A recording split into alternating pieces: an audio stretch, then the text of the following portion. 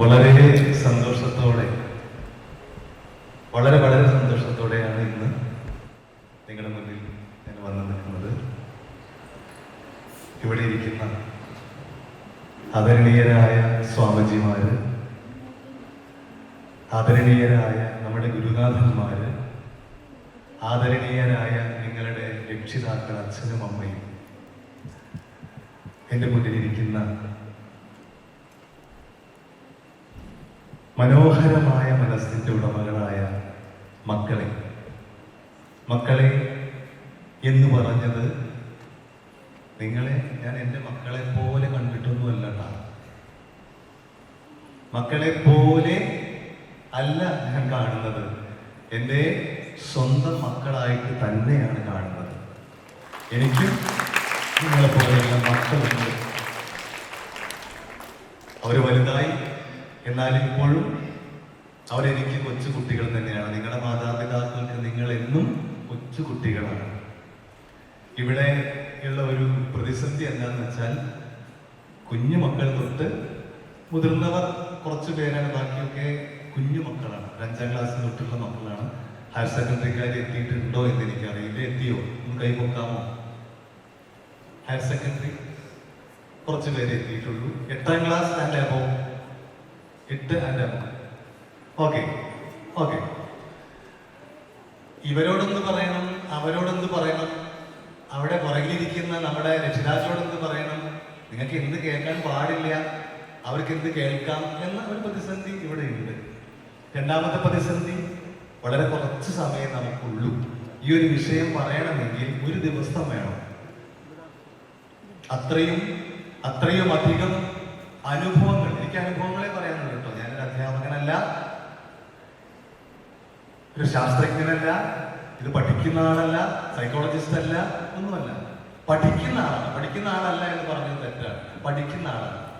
അപ്പോ കുറച്ച് തമാശയൊക്കെ പറയാം, എന്തെങ്കിലും 4-5 വാക്കുകൾ ഓതുക. കസ്തൂരി പോലെ മണക്കട്ടെ വാക്കുകൾ, കർപ്പൂര ദീപങ്ങളാകട്ടെ കണ്ണുകൾ. നിങ്ങളുടെ കണ്ണുകൾ കർപ്പൂര ദീപങ്ങളാകട്ടെ. എന്റെ മുഖത്തേക്ക് ഇതിന് നോക്കൂ. മനസ്സും ഇവിടെ തന്നെ ഇരിക്കൂ. ആ അവാർഡുകളൊന്നും എനിക്ക് അതിൽ വലിയൊരു സന്തോഷമോ അങ്ങനെയൊന്നും തോന്നാറില്ല. കിട്ടിയപ്പോൾ ഒരു സന്തോഷം ഉണ്ടായിരുന്നു. യൂണിഫോമിൽ ഇങ്ങനെ അവിടെ ഇവിടെയൊക്കെ ഓരോന്നിങ്ങനെ കുത്തിവെക്കാൻ കിട്ടുന്നതൊക്കെ ഉണ്ട്. പക്ഷെ എനിക്ക് എൻ്റെ ജീവിതത്തിൽ കിട്ടിയ ഏറ്റവും വലിയ അവാർഡ് എന്താണെന്ന് അറിയൂ? അതെൻ്റെ അച്ഛനും അമ്മയുമാണ്. നമുക്ക് ഈ ലോകത്തിൽ ലഭിക്കാവുന്ന ഏറ്റവും വലിയ അവാർഡ് അവരാണ്. അവരുടെ മക്കളായിട്ട് ജനിക്കാൻ സാധിച്ചു എന്നതാണ് നമുക്ക് കിട്ടുന്ന ഏറ്റവും വലിയ ബഹുമതി, ഏറ്റവും വലിയ സന്തോഷം, ഏറ്റവും വലിയ ഭാഗ്യം എന്ന് പറയുന്നത്. അത് മറന്നു പോകണം. ഇനി നമുക്ക് വിഷയത്തിൽ കിടക്കാം. ഞാനൊരു സാധാരണ മലപ്പുറം ജില്ലക്കാരനാണ് കേട്ടോ. മലപ്പുറം ജില്ലക്കാരനാണ്. എൻ്റെ സംസാര ശൈലിയിൽ അവിടുത്തെ ആ ഒരു ശൈലിയൊക്കെ കടന്നു വരും. കാരണം ഞാൻ ഒരു നാടൻ ശൈലിയിൽ ഈ കാര്യം മക്കൾക്ക് മുന്നിൽ പറയുന്ന ആളാണ്. അതുകൊണ്ട് അത് അങ്ങനെ വരും. നിങ്ങൾക്ക് മനസ്സിലാവാതെ വരുമ്പോൾ എന്നോട് പറയണം. അപ്പൊ കുറച്ച് കാര്യം ഈ വിഷയം എന്തിനാണ് നിങ്ങൾ മുന്നിൽ പറയണേ? നിങ്ങളൊക്കെ നല്ല മക്കളാണെന്ന് ഞാൻ പറഞ്ഞു. മനോഹരമായ മനസ്സിന്റെ ഉടമകളാണ് എന്ന് പറഞ്ഞു. എന്തിനാ പറയേണ്ടി വന്നത് അറിയോ? നിങ്ങളുടെ മുന്നിൽ വരേണ്ടി വന്നതെന്ന് അറിയോ? നമ്മുടെ ചുറ്റുപാടുകൾ അത്രയ്ക്ക് നല്ലതല്ല. നിങ്ങൾ വരുന്ന വഴികൾ, നിങ്ങൾ സ്കൂളിൽ പോകുന്ന ആൾക്കാരാണ്. സ്കൂളിൽ പോകുന്ന വഴികളൊക്കെ സേഫ് ആണെന്ന് പറയാൻ പറ്റുമോ? പറ്റില്ല. പോട്ടെ, നമ്മൾ ക്ലാസ് മുറികളിൽ പോയിരുന്നു. നിങ്ങൾ പേടിപ്പിക്കാൻ പറയുന്നതല്ല കേട്ടോ. ക്ലാസ് മുറിക്ക് അകത്ത് പോയിരുന്നു. അവിടെ പോയിരുന്ന് പഠിക്കുമ്പോൾ കൂടെ ഇരുന്ന് പഠിക്കുന്ന സഹപാഠികളിൽ ആർക്കൊക്കെ സ്വബോധമുണ്ട് ഇല്ല എന്ന് നമുക്ക് ഉറപ്പിച്ച് പറയാൻ പറ്റുമോ? ഇല്ല. കുറച്ചു പേര് പറഞ്ഞു. സത്യമാണ്. എല്ലാ സ്കൂളുകളിലും ഒന്നും പറയാൻ പറ്റില്ല. മുഴുവൻ സ്കൂളുകളിൽ നിന്ന് ഞാൻ മോശപ്പെടുത്തില്ല. അധ്യാപകരൊക്കെ ഇവിടെ ഉണ്ടാവും. സ്കൂളുകളെ മോശപ്പെടുത്തുന്നല്ല കേട്ടോ. അങ്ങനെ പറയാൻ സാധിക്കുമായിരുന്നു എങ്കിൽ ഞാൻ കുറ്റിപ്പുറത്ത് വർക്ക് ചെയ്യുമ്പോൾ, കുറ്റിപ്പുറത്ത് നിന്നും പൊന്നാനി എന്ന് പറയുന്ന സ്ഥലം അറിയാലോ, പൊന്നാനിയിലേക്ക് പോകുന്ന റൂട്ടിലൂടെ അങ്കിള് എക്സൈസ് ഡിപ്പാർട്ട്മെന്റിന്റെ പോലീസ് ജീപ്പൊക്കെ കണ്ടിട്ടില്ലേ? മുകളിൽ ലൈറ്റൊക്കെ വെച്ചിട്ടുള്ള, അതുപോലെ എക്സൈസിനുണ്ട് അതുപോലത്തെ ലൈറ്റൊക്കെ വെച്ച ജീപ്പ്. ഈ ജീപ്പ് ഓടിച്ചു പോകണം. ഞാനാണ് ഓടിക്കുന്നത്. ഇടതുഭാഗത്ത് ഞങ്ങളുടെ സർക്കിൾ ഇൻസ്പെക്ടർ സാർ ഇരിക്കുന്നുണ്ട്, ബഹുമാനപ്പെട്ട CI ഇരിക്കുന്നുണ്ട്. ഇങ്ങനെ പോയിക്കൊണ്ടിരിക്കുമ്പോൾ സാറിന്റെ ഫോണിലേക്ക് ഒരു കോൾ വന്നു. ആ വിളിച്ചത് ഒരു സ്ത്രീ ആയിരുന്നു. ഞാൻ ഇങ്ങനെ പറയും, സ്ത്രീ ആയിരുന്നു. ഈ സ്ത്രീയുടെ നമ്പർ ഞങ്ങളുടെ കയ്യിലുണ്ട്, ഞങ്ങളുടെ നമ്പർ അവരുടെ കയ്യിലുണ്ട്. അത് ഉണ്ടാവാനുള്ള ഒരു അവസരം തൊട്ട് മുമ്പത്തെ ദിവസങ്ങളിൽ ഉണ്ടായിരുന്നു. ഈ സ്ത്രീ വിളിച്ചിട്ട് പറഞ്ഞു, സാറേ എന്റെ വീട്ടിലേക്ക് ഒന്ന് പെട്ടെന്ന് ഓടി വാ സാറേ. സാർ ചോദിച്ചു, എന്താ കാര്യം? അതൊന്നും പറയാൻ സമയമില്ല സാറേ, എന്നെ രക്ഷിക്കു സാറേ എന്നൊരു ശബ്ദം കേട്ടു. പിന്നെ അപ്പുറത്തൊന്നും കേൾക്കുന്നില്ല. എന്തൊരു വലിയ ശബ്ദം, ഫോണ് തെറിച്ചതാണോ അടിച്ചു തെറിപ്പിച്ചതാണോ എന്നൊന്നും അറിയില്ല. പിന്നെ ഒന്നും കേൾക്കുന്നില്ല, എന്തൊരു ബഹളം കേൾക്കുന്നു. ഞങ്ങൾക്ക് അറിയുന്ന സ്ഥലം, അറിയുന്ന വീടായതുകൊണ്ടും ഭാഗ്യവശാൽ അന്ന് ആ പരിസരത്ത് ഉണ്ടായിരുന്നത് കൊണ്ടും, ചിലപ്പോ ഞങ്ങളുടെ ഏരിയ എന്ന് പറയുമ്പോൾ ഒരുപാട് 10-30 കിലോമീറ്റർ ഡിസ്റ്റൻസ് ഉള്ള ഏരിയ ഒക്കെ ഞങ്ങൾക്കുണ്ട്. അവിടേക്ക് ആയിരിക്കാം. അപ്പൊ വിളിച്ചാൽ പെട്ടെന്ന് എത്തണം. അന്ന് തൊട്ടടുത്തുള്ളത് കൊണ്ട് 5 മിനിറ്റ് കൊണ്ട് ഞങ്ങൾ ആ വീട്ടിലേക്ക് എത്തി. ആ വീട്ടിലേക്ക് എത്തിയപ്പോൾ ഞങ്ങൾ കണ്ട കാഴ്ച, ആ വിളിച്ച സ്ത്രീ, ഞാൻ സ്ത്രീ എന്നല്ലേ പറഞ്ഞേ, ആ വിളിച്ച സ്ത്രീ അവരൊരു അമ്മയാണ്. ഈ അമ്മയുടെ കഴുത്തിന് ഇടത്തെ കൈകൊണ്ട് ഇങ്ങനെ കുത്തിപ്പിടിച്ചിട്ട് അവരുടെ മകൻ ഈ അമ്മയെ തള്ളിക്കൊണ്ടുപോയി ചുമലിനോട് ചാരി നിർത്തി ഇങ്ങനെ കുത്തി പൊന്തിക്കുകയാണ്. ആകെ ഇത്ര ഉയരെയുള്ളൂ ആ അമ്മയ്ക്ക്. ശ്വാസം കിട്ടാതെ ആ സ്ത്രീ കിടന്ന് പെടയുന്നു മകന്റെ കയ്യില്. മകൻ അമ്മയോട് പറയുന്ന വാക്കുകൾ എനിക്ക് പറയാൻ വയ്യ. ഇടത്തെ കൈ കൊണ്ട് കഴുത്തിൽ കുത്തിപ്പിടിച്ചിട്ടുണ്ട്. മറു കൈ ചുരുട്ടിയിട്ട് ഈ അമ്മയുടെ അടിവയറിനിട്ട് ഇടിക്കാൻ വേണ്ടി കൈ പുറകോട്ടെടുക്കുന്ന കാഴ്ച കണ്ടുകൊണ്ടാണ് ഞങ്ങൾ ചെല്ലുന്നത്. ഇത് കണ്ട പാടെ ഞങ്ങൾ പെട്ടെന്ന് ഒറ്റ പിടി പിടിച്ചു. ആ പിടി വിട്ടു. തിരിഞ്ഞു നോക്കുമ്പോൾ ഞങ്ങൾ യൂണിഫോം ഇട്ട ആൾക്കാരാ. ആ പിടി വിട്ടു. ഒരു പക്ഷേ ഒരു നിമിഷം വൈകിയിരുന്നെങ്കിൽ ആ ഇടി, അവൻ പുറകോട്ടെടുത്ത് അതേ ഫോഴ്സിൽ ആ ഇടി എവിടെ കിട്ടണേ? ഇവിടെ. അതിനകത്താണ് അവൻ കിടന്നത്. 9.5 മാസക്കാലം, ഏകദേശം 9.5 മാസക്കാലം. അവ മാത്രമല്ല കേട്ടോ, നിങ്ങളും ഞാനും, നമുക്കൊക്കെ അങ്ങനെ ഒരു അവസ്ഥ ഉണ്ടായിരുന്നു. ആദ്യം അറിയോ? നമ്മുടെ അമ്മയുടെ ഉദരത്തിനകത്ത്, വയറിനകത്ത് കിടന്നവരാ നമ്മൾ 9.5 മാസക്കാലം. ആ സമയത്ത് നമുക്ക് വേണ്ടതെല്ലാം നമ്മുടെ അമ്മ നമുക്ക് തന്നിട്ടുണ്ട്. നമുക്ക് വേണ്ട സ്നേഹം, നമുക്ക് വേണ്ട ശ്വാസം, നമുക്ക് വേണ്ട ആഹാരം. ആർക്കെങ്കിലും പരാതി ഉണ്ടാകും, എന്റെ അമ്മ എനിക്കൊന്നും തന്നില്ല, എന്നെ പട്ടിണിക്ക് ഇടുകയായിരുന്നു, അതുകൊണ്ട് ഞാൻ മെലിഞ്ഞു പോയെ. ആർക്കും പരാതി ഉണ്ടാകും, ഒക്കെ തന്നിട്ടുണ്ട്. അമ്മയ്ക്ക് ഭക്ഷണം കഴിക്കാൻ വയ്യ, വായക്ക് രുചിയില്ല, എന്നാലും നമുക്ക് വേണ്ടി കഴിച്ചു അമ്മ. ഇരിക്കാൻ വയ്യ, നടക്കാൻ വയ്യ, ജോയിൻസ് ഒക്കെ വേദനയായിരുന്നു. ചെരിഞ്ഞു കിടക്കില്ല. അയ്യോ, ചെരിഞ്ഞു കിടന്ന എന്റെ മോനെന്തെങ്കിലും പറ്റുമോ? എന്റെ മോൾക്ക് എന്തെങ്കിലും പറ്റുമോ? മലർന്ന് കിടക്കില്ല. അയ്യോ, മലർന്ന് കിടന്ന എന്റെ മോനെന്തെങ്കിലും പറ്റുമോ? എന്റെ കുട്ടിക്ക് എന്തെങ്കിലും പറ്റുമോ? മോനാണോ മോളാണോ എന്നുപോലും അറിയുന്നതിന് മുമ്പേ നമ്മൾ സ്നേഹിച്ചു തുടങ്ങിയ, നമ്മുടെ മുഖം പോലും കാണുന്നതിന് മുമ്പേ നമ്മൾ സ്നേഹിച്ചു തുടങ്ങിയവരാണ് ആര്? നമ്മുടെ അമ്മ. അവനും ആ ഉദരത്തിനകത്ത് കിടന്നതാ. ആ ഗർഭപാത്രത്തിൽ ഇടിച്ച് തകർക്കാനാണ് അവൻ ശ്രമിക്കണേ. എത്ര വയസ്സുള്ള ആളാണെന്നറിയോ? രക്ഷിതാക്കൾ കേട്ടുള്ളൂ. നിങ്ങളുടെ മനസ്സിൽ ഇപ്പൊ ചിത്രമുണ്ട്. സ്വന്തം അമ്മയുടെ കഴുത്തിൽ പിടിച്ച് അമ്മയുടെ അടിവയറിനിട്ട് ഇടിച്ച് കൊല്ലാൻ ശ്രമിക്കുന്ന മകന്റെ ചിത്രം നിങ്ങളുടെ മനസ്സിലുണ്ട്.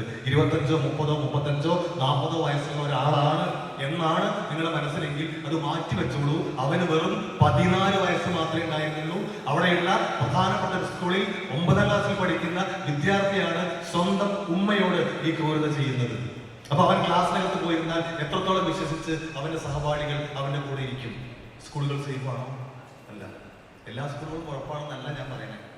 ചുരുക്കം കുറച്ച് പേര്, ഞാൻ രക്ഷിതാക്കൾ കൂടി ഉള്ളതുകൊണ്ടാണ് ഈ മാറി മാറിയിട്ടൊക്കെ വരട്ടോ, കുഴപ്പമൊന്നുമില്ലല്ലോ. അതവിടെ നിൽക്കട്ടെ. ഇനി രക്ഷിതാക്കളോടാണ് എനിക്ക് ചോദിക്കാനുള്ളത്. നിങ്ങളുടെ വീട്ടിലെ കാര്യമല്ല ചോദിക്കുന്നത്, എന്നാലും കോമൺ ആയിട്ട് ചോദിക്കുന്നു. നമ്മുടെ വീടിനകത്ത് ആർക്കൊക്കെ സ്വബോധമുണ്ട് ഇല്ല, ആർക്കൊക്കെ ഭ്രാന്തുണ്ട് ഇല്ല എന്ന് നമുക്ക് ഉറപ്പിച്ച് പറയാൻ പറ്റുമോ? അങ്ങനെ പറയാൻ സാധിക്കുമായിരുന്നെങ്കിൽ, പറ്റില്ല എന്ന് പറയല്ല, കുഴപ്പമായിട്ട് പറയില്ല, അങ്ങനെ പറയാൻ സാധിക്കുമായിരുന്നെങ്കിൽ എന്റെ വീട്ടിൽ നിന്നും വെറും 14 കിലോമീറ്റർ മാത്രം ദൂരമുള്ള ഒരു സ്ഥലത്ത്, അവിടെ 3 ആൺമക്കളും ഒരമ്മ. 3 ആൺമക്കൾ എന്ന് പറയുമ്പോൾ ഞാൻ അങ്ങനെ കൊന്നോ? അങ്കിൾ ഇങ്ങനെ വലിയ ഉഷാറാവേണ്ട ആവശ്യമുണ്ടോ? മോളെ ഉണ്ടോ? ഇല്ല. എനിക്കറിയാം. ആൺമക്കൾ എന്ന് പറയുമ്പോൾ ഉഷാറാവേണ്ട കാര്യമൊന്നുമില്ല. ആൺ പെൺ എന്ന വ്യത്യാസത്തിന്റെ യാതൊരു കാര്യമില്ലെന്ന് അങ്കിളിന് അറിയാം. പിന്നെന്തിനാ അങ്കിളിന് പൊന്തിയെ? ഞാൻ അമ്മമാരെ തന്നെ കുറ്റം പറയും. എത്ര സ്ത്രീ സമത്വത്തെ കുറിച്ച് നമ്മൾ വാദോരാതെ പ്രസംഗിക്കുമ്പോഴും അമ്മമാർ തന്നെ പറയുന്നത് കേട്ടിട്ടുണ്ട്. എന്റെ മലപ്പുറം ജില്ലയിൽ, ഞാൻ തനി നാടനാണ് കേട്ടോ, ഞങ്ങളുടെ നാട്ടിൽ പറയും, ചിലർ പറയും എനിക്ക് രണ്ട് ആൺകുട്ടികളാണ്, എനിക്ക് രണ്ട് ആൺകുട്ടികളാണ്. ചില അമ്മമാര് പറയും, ഉമ്മമാര്. ചിലർ ചോദിക്കുകയാണ്, ചെങ്ങായി അനക്കെന്താ പേടിക്കാനുള്ള, അനക്കൊരു ആൺകുട്ടി ഉണ്ടല്ലോ, എന്ത് സ്ഥിതിയാണല്ലോ, എനിക്ക് രണ്ടും പെൺകുട്ടികളാണോ? പെൺകുട്ടികളായ എന്ത് കുഴപ്പം? എന്ത് കുഴപ്പം? ഒരു കുഴപ്പമില്ല. ആൺകുട്ടികളായാലും പെൺകുട്ടികളായാലും പഠിച്ച് വളർന്ന്, വെറുതെ പഠിച്ചാൽ പോരാ, നന്നായി പഠിക്കണം. വെറുതെ വളർന്നാൽ പോരാ, അടിവരെ ഇട്ടോളൂ, ഈ വാക്ക് അടിവരെ ഇട്ടോളൂ. വെറുതെ വളർന്നാൽ പോരാ, വഴി പിഴയ്ക്കാതെ വളരണം. കേട്ടോ കേട്ടോ, നന്നായി പഠിച്ച് വഴി പിഴയ്ക്കാതെ വളർന്ന് വലിയ വലിയ സ്ഥാനങ്ങളിൽ എത്തുമ്പോ ആൺകുട്ടിയെ കൊണ്ടാണോ പെൺകുട്ടിയെ കൊണ്ടാണോ അച്ഛനും അമ്മയ്ക്കും ഒക്കെ ഗുണം കിട്ടുക, ഈ സമൂഹത്തിനും ഈ രാജ്യത്തിനും ഒക്കെ ഗുണം കിട്ടുക എന്നൊന്നും പറയാൻ പറ്റില്ല. എന്നാൽ പോലും നമ്മുടെ അമ്മമാര് ചിലപ്പോൾ പറയും, എനിക്ക് രണ്ട് ആൺകുട്ടികളാ എന്ന് ഗമയിൽ പറയുന്ന അമ്മമാര് ഉണ്ട്. ഞാൻ അമ്മമാരെ കുറ്റം പറയാനല്ല കേട്ടോ, അമ്മമാര് പറയാറുണ്ട്. ആ മനോഭാവം മാറിയിട്ടില്ല. ആൺകുട്ടി എന്താ എന്താ കുട്ടി? ആൺകുട്ടിയാ, ആൺകുട്ടിയാ. എന്നോട്, എന്റെ മൂത്ത ആൺകുട്ടിയാണേ, രണ്ടാമത്തെ മോള് ജനിച്ചപ്പോ എന്നോട് ചോദിച്ചു, ആൺകുട്ടിയാ പെൺകുട്ടിയാ? ഞാൻ പറഞ്ഞു, ആണുമല്ല പെണ്ണുമല്ല, പൊന്നാണ്, പൊന്ന്, പൊന്നാണ്.